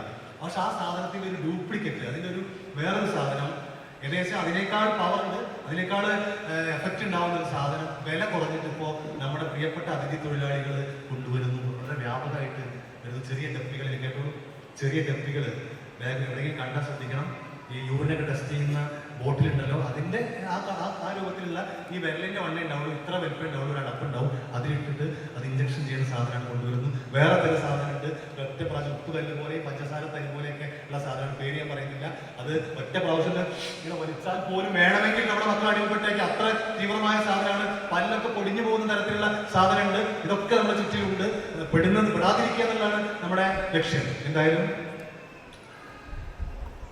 365 പൊതി, ഒരു പൊതിയിൽ 1 ഗ്രാം ഇല്ല, പിടിച്ചു. ആള് പാവാണ്, സാധനം എപ്പോഴോ പ്രലോഭനത്തിൽപ്പെട്ടിട്ട് ആദ്യം വെറുതെ കൊടുക്കും, പിന്നെ പൈസ വേണ്ടി വരും. ഈ പൈസ വേണ്ടി വന്നപ്പോൾ അവൻ എന്ത് ചെയ്തു, അമ്മ എടുത്തു വെച്ച പൈസ കട്ടെടുത്തു, വീട്ടിൽ നിന്ന് പോയി, അത് തീർന്നു. വീണ്ടും പൈസ വേണ്ടി വന്നപ്പോൾ തൃശ്ശൂർ കോഴിക്കോട് റൂട്ടില്, ബസ് പോണ റൂട്ടില്, വളാഞ്ചേരി അല്ലെങ്കിൽ കുറ്റിപ്പുറം എന്ന് പറഞ്ഞ സ്ഥലത്തൊക്കെ രാവിലെ നിൽക്കും. നല്ല തിരക്കുള്ള സമയത്ത് ഇങ്ങനെ നിൽക്കും, ബസ്സിലാണ് കയറും. നമ്മളെ പോലത്തെ ആൾക്കാർ എവിടെയെങ്കിലും ബസ്സിൽ ഇങ്ങനെ എവിടെയെങ്കിലും വായിൽ നോക്കി നിൽക്കുകയാണെങ്കിൽ എന്തെങ്കിലും അറിയോ, ഇവർ വന്നിട്ട് നമ്മളെ ചാരും. ആ തിരക്കിൽ നമ്മളെ ചാരും. പിന്നെ ബസ് ഇങ്ങോട്ട് ഓടിക്കുമ്പോൾ നിങ്ങളുടെ ചാരും, ബ്രേക്ക് ഇട്ടുമ്പോൾ നിങ്ങളുടെ ചാരും. ആ തിരക്ക് കൂടുതൽ സൃഷ്ടിക്കും. ആ തിരക്കിനിടയിൽ നമ്മൾ പോലും അറിയാതെ നമ്മുടെ പേഴ്സോ നമ്മുടെ പോക്കറ്റ് കയറിയിട്ട് നമ്മുടെ പേഴ്സ് അടിച്ച് അവർ പോകും. പോക്കറ്റ് അടിച്ചു ഇതിന് വേണ്ടിയിട്ട്, ലഹരി മരുന്ന് വാങ്ങാൻ വേണ്ടി അവൻ കള്ളനായി. ഒരു ദിവസം ബസ് കയറി, അന്ന് പേഴ്സൊന്നും കിട്ടിയില്ല. ഒരു സ്ത്രീയുടെ കഴുത്തിൽ ഒരു സ്വർണ്ണമാല കണ്ടപ്പോൾ അത് പൊട്ടിക്കാനുള്ള ശ്രമം നടത്തി. നാട്ടുകാരെ പിടിച്ചു, യാത്രക്കാരെ പിടിച്ചു, നല്ല പഞ്ഞി കിട്ടു, അടുത്ത സ്റ്റേഷനിൽ ഏൽപ്പിച്ചു. റിമാൻഡായി, ജയിലിലായി. ഒരു 8-9 മാസം കിടന്നു. സ്വാഭാവികമായിട്ടും ജാമ്യം കിട്ടി. നേരെ പോയത് അമ്മയുടെ അടുത്തേക്കല്ല, ഉമ്മാന്റെ അടുത്തേക്കല്ല പോയെ, നേരെ ഈ മരുന്ന് വിൽക്കുന്ന ആൾക്ക് ചെന്ന് ചോദിച്ചടാ, ലേശം സാധനം കാട്ടണം, പൈസ എവിടെ, പൈസ ഇല്ലടാ. എടാ പൈസ വേണ്ട, പൈസ ഇല്ല തരാൻ പറ്റുന്ന വിലപ്പിടിപ്പുള്ള സാധനം. എന്റെ കയ്യിൽ പൈസ ഇല്ലടാ, ഞാൻ ജയിലിൽ കിടക്കായിരുന്നു, എന്റെ കയ്യിൽ പൈസ 8 മാസം ഞാൻ ജയിലായിരുന്നു, ഒരു ഒറ്റ പ്രാവശ്യം പോയി വേണ്ടിട്ടാ, എന്റെ കയ്യിൽ പൈസ ഇല്ലാഞ്ഞിട്ടാണ്, ഒരു ഒറ്റ പ്രാവശ്യം പ്ലീസ് എന്നാ വാങ്ങാനാ. ഒന്നല്ല 10 പാക്കറ്റ് തരും, 10 പാക്കറ്റ് കൊണ്ടുപോകോ. ആ 10 പാക്കറ്റ് കൊണ്ടുപോയിട്ട് വിൽക്ക്, പുതിയ കസ്റ്റമേഴ്സിന് ഉണ്ടാക്കുക. ആ പാക്കറ്റുമായി നിങ്ങൾ പോണ വഴിയിലും വരും. മക്കളെ പാക്കറ്റ് വേണോ എന്ന് ചോദിച്ചിട്ടല്ല വരിക. എങ്ങനെ വരിക എന്നറിയോ? ചിലവരൊക്കെ ഉണ്ട് ഈ ബൈക്കിനൊക്കെ ലിഫ്റ്റ് ചോദിച്ചു പോകുന്ന ആൾക്കാർ. ഇതിലുണ്ടോന്ന് അറിയില്ല, നിങ്ങൾ മിടുക്കന്മാരാണ്, അങ്ങനെ ചെയ്യുന്ന എനിക്ക് തോന്നുന്നില്ല. കാറിനും ബൈക്കിനൊക്കെ ലിഫ്റ്റ് ചോദിക്കും, ഒന്ന് കയറാൻ കൈ കാണിക്കും. ഒരു ദിവസം ഒരാളുടെ കൂടെ കയറി, പിറ്റേ ദിവസം അയാൾ തന്നെ വരുന്നു, കൈ കാണിച്ചു, കയറി. അതിന് പിറ്റേ ദിവസം അയാൾ കൈ കാണിക്കാതെ തന്നെ നമ്മളെ കയറ്റി കൊണ്ടുപോയി. ഒരു മുഖപരിചയമായി, ഒരു ആത്മബന്ധമായി. ഒരു ദിവസം പോകുമ്പോൾ അവിടെ ആ റെയിൽവേ ക്രോസ് അവിടെ അടച്ചു കിടക്കുമ്പോൾ വണ്ടി നിർത്തിയപ്പോൾ ഈ നിൽക്കുന്ന ആള് അയാളെ പോക്കറ്റിൽ ഒരു മിഠായി എടുത്ത് അയാൾ കഴിച്ചു. ഒരു മിഠായി, വേറെ മിഠായി ഇപ്പുറത്തെ പോക്കറ്റിൽ എടുത്ത് നമുക്ക് തന്ന പോലെ മിഠായി എനിക്ക് വേണ്ടെങ്കിലായി. മിഠായി തിന്നാണ്ടാകണം നീ കഴിച്ചാ എനിക്ക് വേണ്ട മിഠായി തിന്നില്ലേ നീ ഒരു മിഠായി കഴിക്കാണ്ടാകണം നീ. അയാൾക്ക് എന്താ തോന്നുക, എന്നെ എന്നും ബൈക്കിൽ കൊണ്ടുപോകുന്ന ആളല്ലേ, അയാൾക്കൊന്നും തോന്നരുത് എന്ന് കരുതിയിട്ടെങ്കിലും നമ്മളത് വാങ്ങിക്കഴിച്ചാൽ ആ മിഠായിലൂടെ ആയിരിക്കാം നമ്മുടെ കുഞ്ഞുങ്ങളുടെ ശരീരത്തിൽ അറിയാതെ, അവർ പോലും അറിയാതെ ഒരു ഡോസ് എത്തും. നാളെ ആ മിഠായിക്ക് വേണ്ടി അവരെടുക്കും. 2 ദിവസം കഴിയുമ്പോ അവര് പറയും, നീ അച്ഛന്റെ പോക്കറ്റിൽ നിന്ന് ഒരു 500 രൂപ എടുത്തിട്ട് പോരെ, എന്നാ മിഠായി തരാം. 500 കക്കാനും അവർ പഠിക്കില്ല. നമ്മുടെ മക്കൾ വഴി പഠിച്ചു പോകാനുള്ള സാധ്യത നമ്മൾ ഉണ്ടാക്കണം. നമ്മുടെ അച്ഛനും അമ്മയും വാങ്ങിത്തരാത്ത വേറൊരു സാധനം ഇതുപോലെ നമ്മുടെ സ്കൂളിന്റെ ഒരു ഫംഗ്ഷൻ നടക്കണം. ഇതുപോലെ നമ്മുടെ ഇവിടെ നിന്ന് നമ്മൾ ഒരു കല്യാണത്തിന് പോയി ഭക്ഷണം കഴിക്കുക, അതൊക്കെ ആവാം. അതിനപ്പുറത്ത് പരിചയമുള്ള തന്നെ ആൾക്കാർ വേറെ ആരും വാങ്ങിത്തരുന്നൊന്നും വാങ്ങരുത് കഴിക്കുന്നത്. ഏതായാലും സ്പീഡ് പറയാണ്. ഇവൻ വിൽപ്പന തുടങ്ങി, വ്യാപകമായ വിൽപ്പനയെ ഞങ്ങൾ പിടിച്ചു, ഞങ്ങൾ ലോക്കപ്പിൽ കൊണ്ടുപോയിട്ടു. ആ ലോക്കപ്പിനകത്ത് കിടക്കുകയാണ്, പാവാണ്, സാധുവാണ്. ഉച്ച സമയത്ത് ഭക്ഷണം കൊടുത്തു, 2 പിടി ചോറ് വാങ്ങുന്നു, ബാക്കി അവിടെ തന്നെ ഇട്ടു. ആളിങ്ങനെ കിടക്കുക. ജയിലിന്റെ ചിത്രം കണ്ടിട്ടോ നിങ്ങൾ? ഇതില് സിനിമയിൽ കണ്ടില്ലേ ജയിലിലെ സിനിമയിൽ കണ്ടില്ലേ? ഇങ്ങനെ അതിനുള്ളിൽ ഇങ്ങനെ കിടക്കുക, എന്നിട്ട് ഇങ്ങനെ ഇരിക്കുകയാണ്. പാവാണ്. അപ്പോ ഈ പാവം എന്ന് പറഞ്ഞ ആള് വൈകിട്ട് ഒരു 5-5:30 മണിയായപ്പോ അവന്റെ സ്വഭാവം മാറി. സാധാരണ ലഹരി മരുന്ന് ഉപയോഗിക്കുന്ന സമയമാണത്. ആ സമയത്ത് അവൻ ലോക്കപ്പിൽ കിടക്കുകയാണല്ലോ, ഈ മരുന്ന് കിട്ടുന്നില്ലല്ലോ. ആ സമയമായപ്പോ അവൻ എണീറ്റ് ആ ലോക്കപ്പിന്റെ മുന്നിൽ വന്നിട്ട് ഞങ്ങൾ ഓരോ ജോലി ചെയ്തുകൊണ്ടിരിക്കുകയാണ്. അപ്പൊ ഞങ്ങൾ അങ്ങോട്ട് ശ്രദ്ധിക്കണമെന്നില്ല, എന്തെങ്കിലും ആവശ്യത്തിന് പറയും, വെള്ളമൊക്കെ വേണമെങ്കിൽ പറയും കൊടുക്കും. അപ്പൊ ശ്രദ്ധിക്കുന്നില്ല എന്ന് കണ്ടപ്പോ ഞങ്ങൾ ശ്രദ്ധ ആകർഷിക്കാൻ വേണ്ടി അവൻ അവിടെ ഇങ്ങനെ വന്നിട്ട് ആ വാതിലിന്റെ അവിടെ വന്നിട്ട് ഇങ്ങനെ വന്നിട്ട് സാറേ വിളിച്ചു.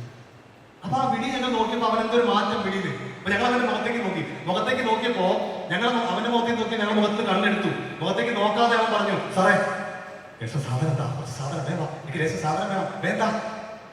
ഞങ്ങൾ പറഞ്ഞു, പോയി കിടക്കണം, എക്സൈസ് ഓഫീസിലാണ് സാധനം, പോയി കിടക്കവിടെ എന്ന് പറഞ്ഞപ്പോ അവൻ ഞങ്ങളെ ചൂണ്ടാണ്. ഒന്നും പറയുന്നില്ല, പക്ഷെ പറയാനുള്ളതെല്ലാം അവന്റെ മുഖത്തും ആ ചൂണ്ടലിലുണ്ട്. അങ്ങനെ ചൂണ്ടിട്ട് ഞാൻ കാണിച്ചു തരാം എന്ന് പറഞ്ഞാൽ ചൂണ്ടിട്ട് അവിടെ പോയി കിടന്നു.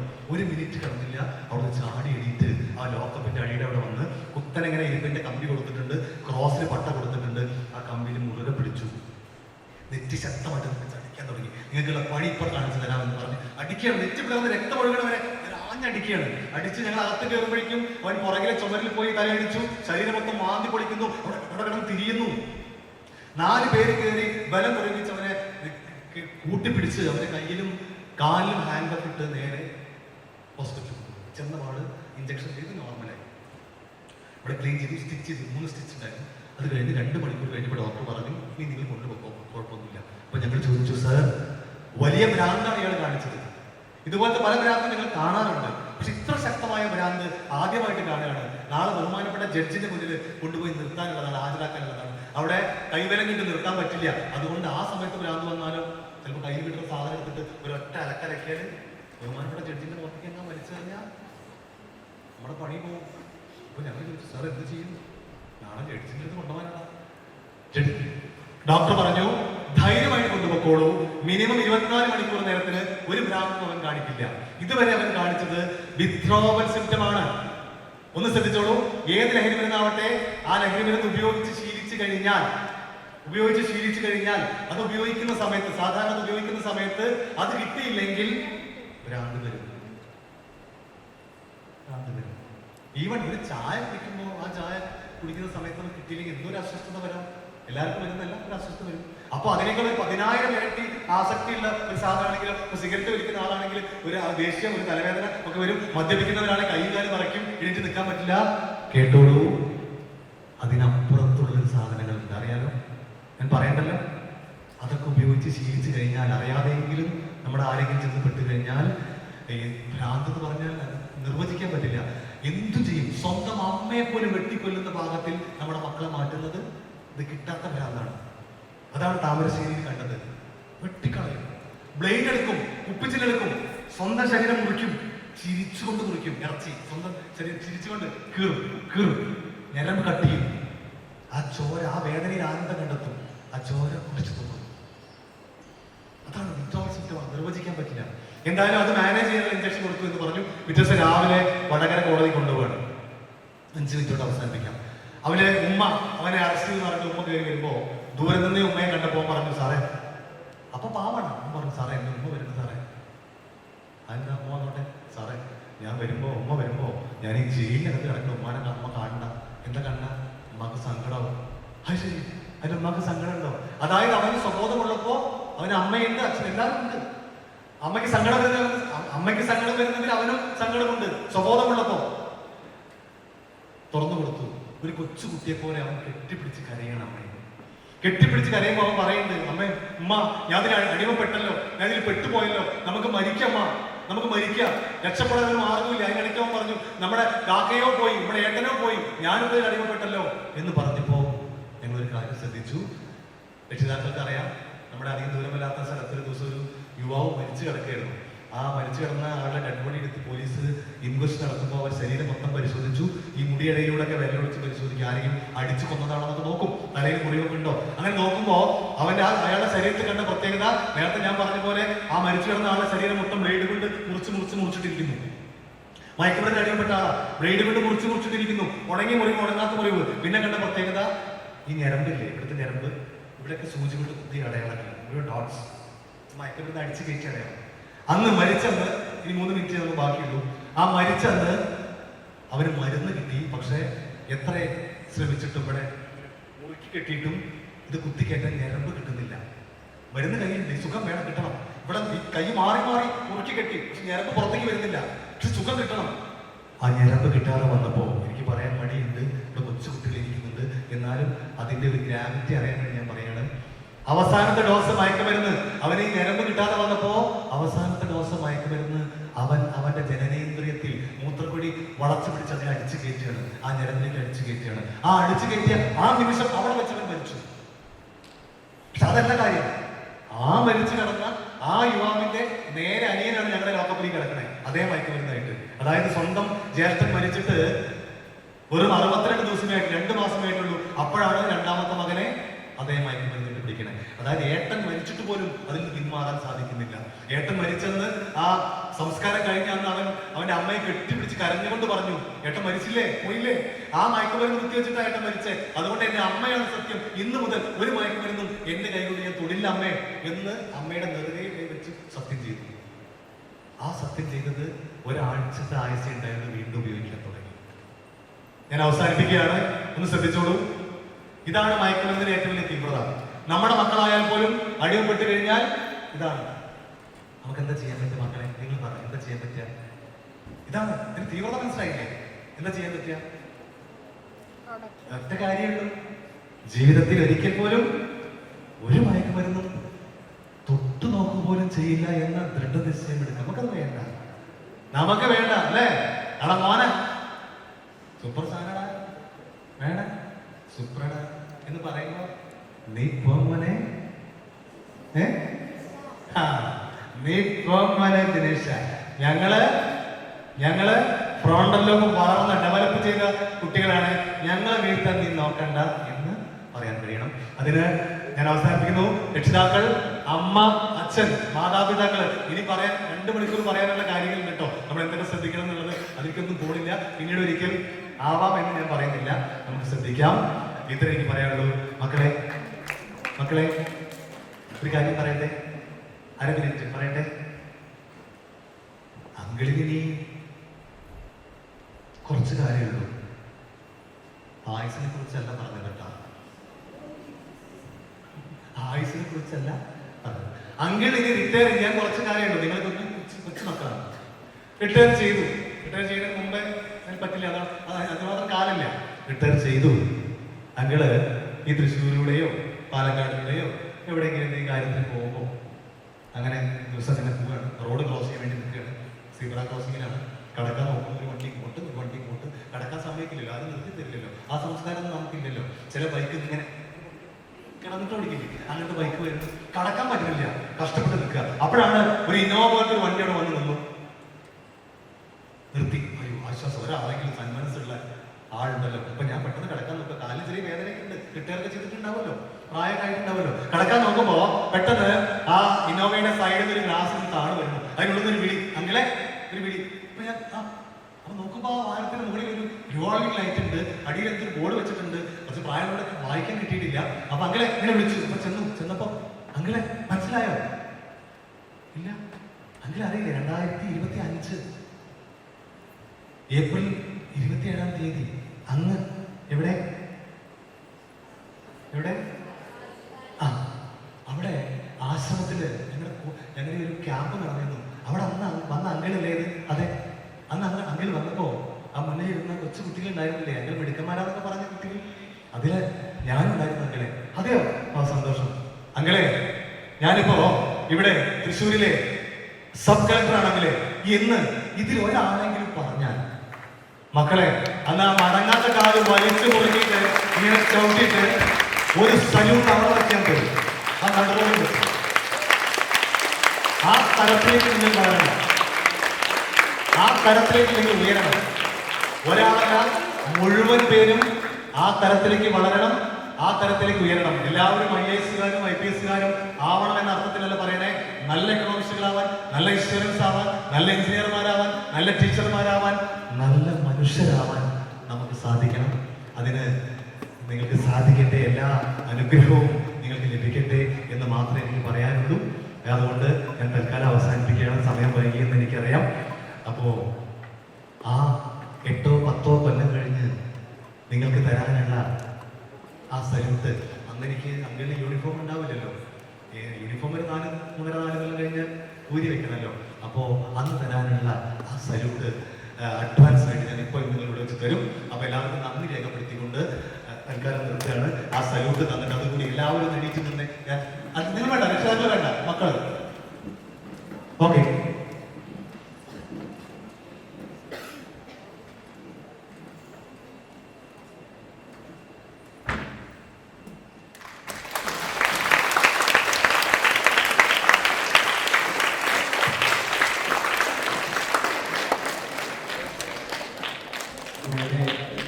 കുറഞ്ഞ സമയത്തിൽ നമ്മളെല്ലാവരും വളരെ ഭയപ്പെട്ട് കേൾക്കുന്ന ഒരു വിഷയത്തെക്കുറിച്ച്, അതിൻ്റെ ദൂഷ്യഫലങ്ങളെക്കുറിച്ച് വളരെ കുറഞ്ഞ സമയം കൊണ്ട് നമ്മുടെ മനസ്സിലേക്ക് നമ്മൾ ശ്രദ്ധിക്കേണ്ട കാര്യങ്ങളെക്കുറിച്ച് വളരെ സരസമായി നമ്മുടെ മുന്നിൽ അവതരിപ്പിച്ച ശ്രീ ഗണേശൻ സാറിനെ ശ്രീ ശുഗീയം ശിബിരത്തിൻ്റെ പേരിൽ നമ്മളെല്ലാവരുടെയും പേരിൽ വളരെ സന്തോഷത്തോടു കൂടി നന്ദി പറയുന്നു.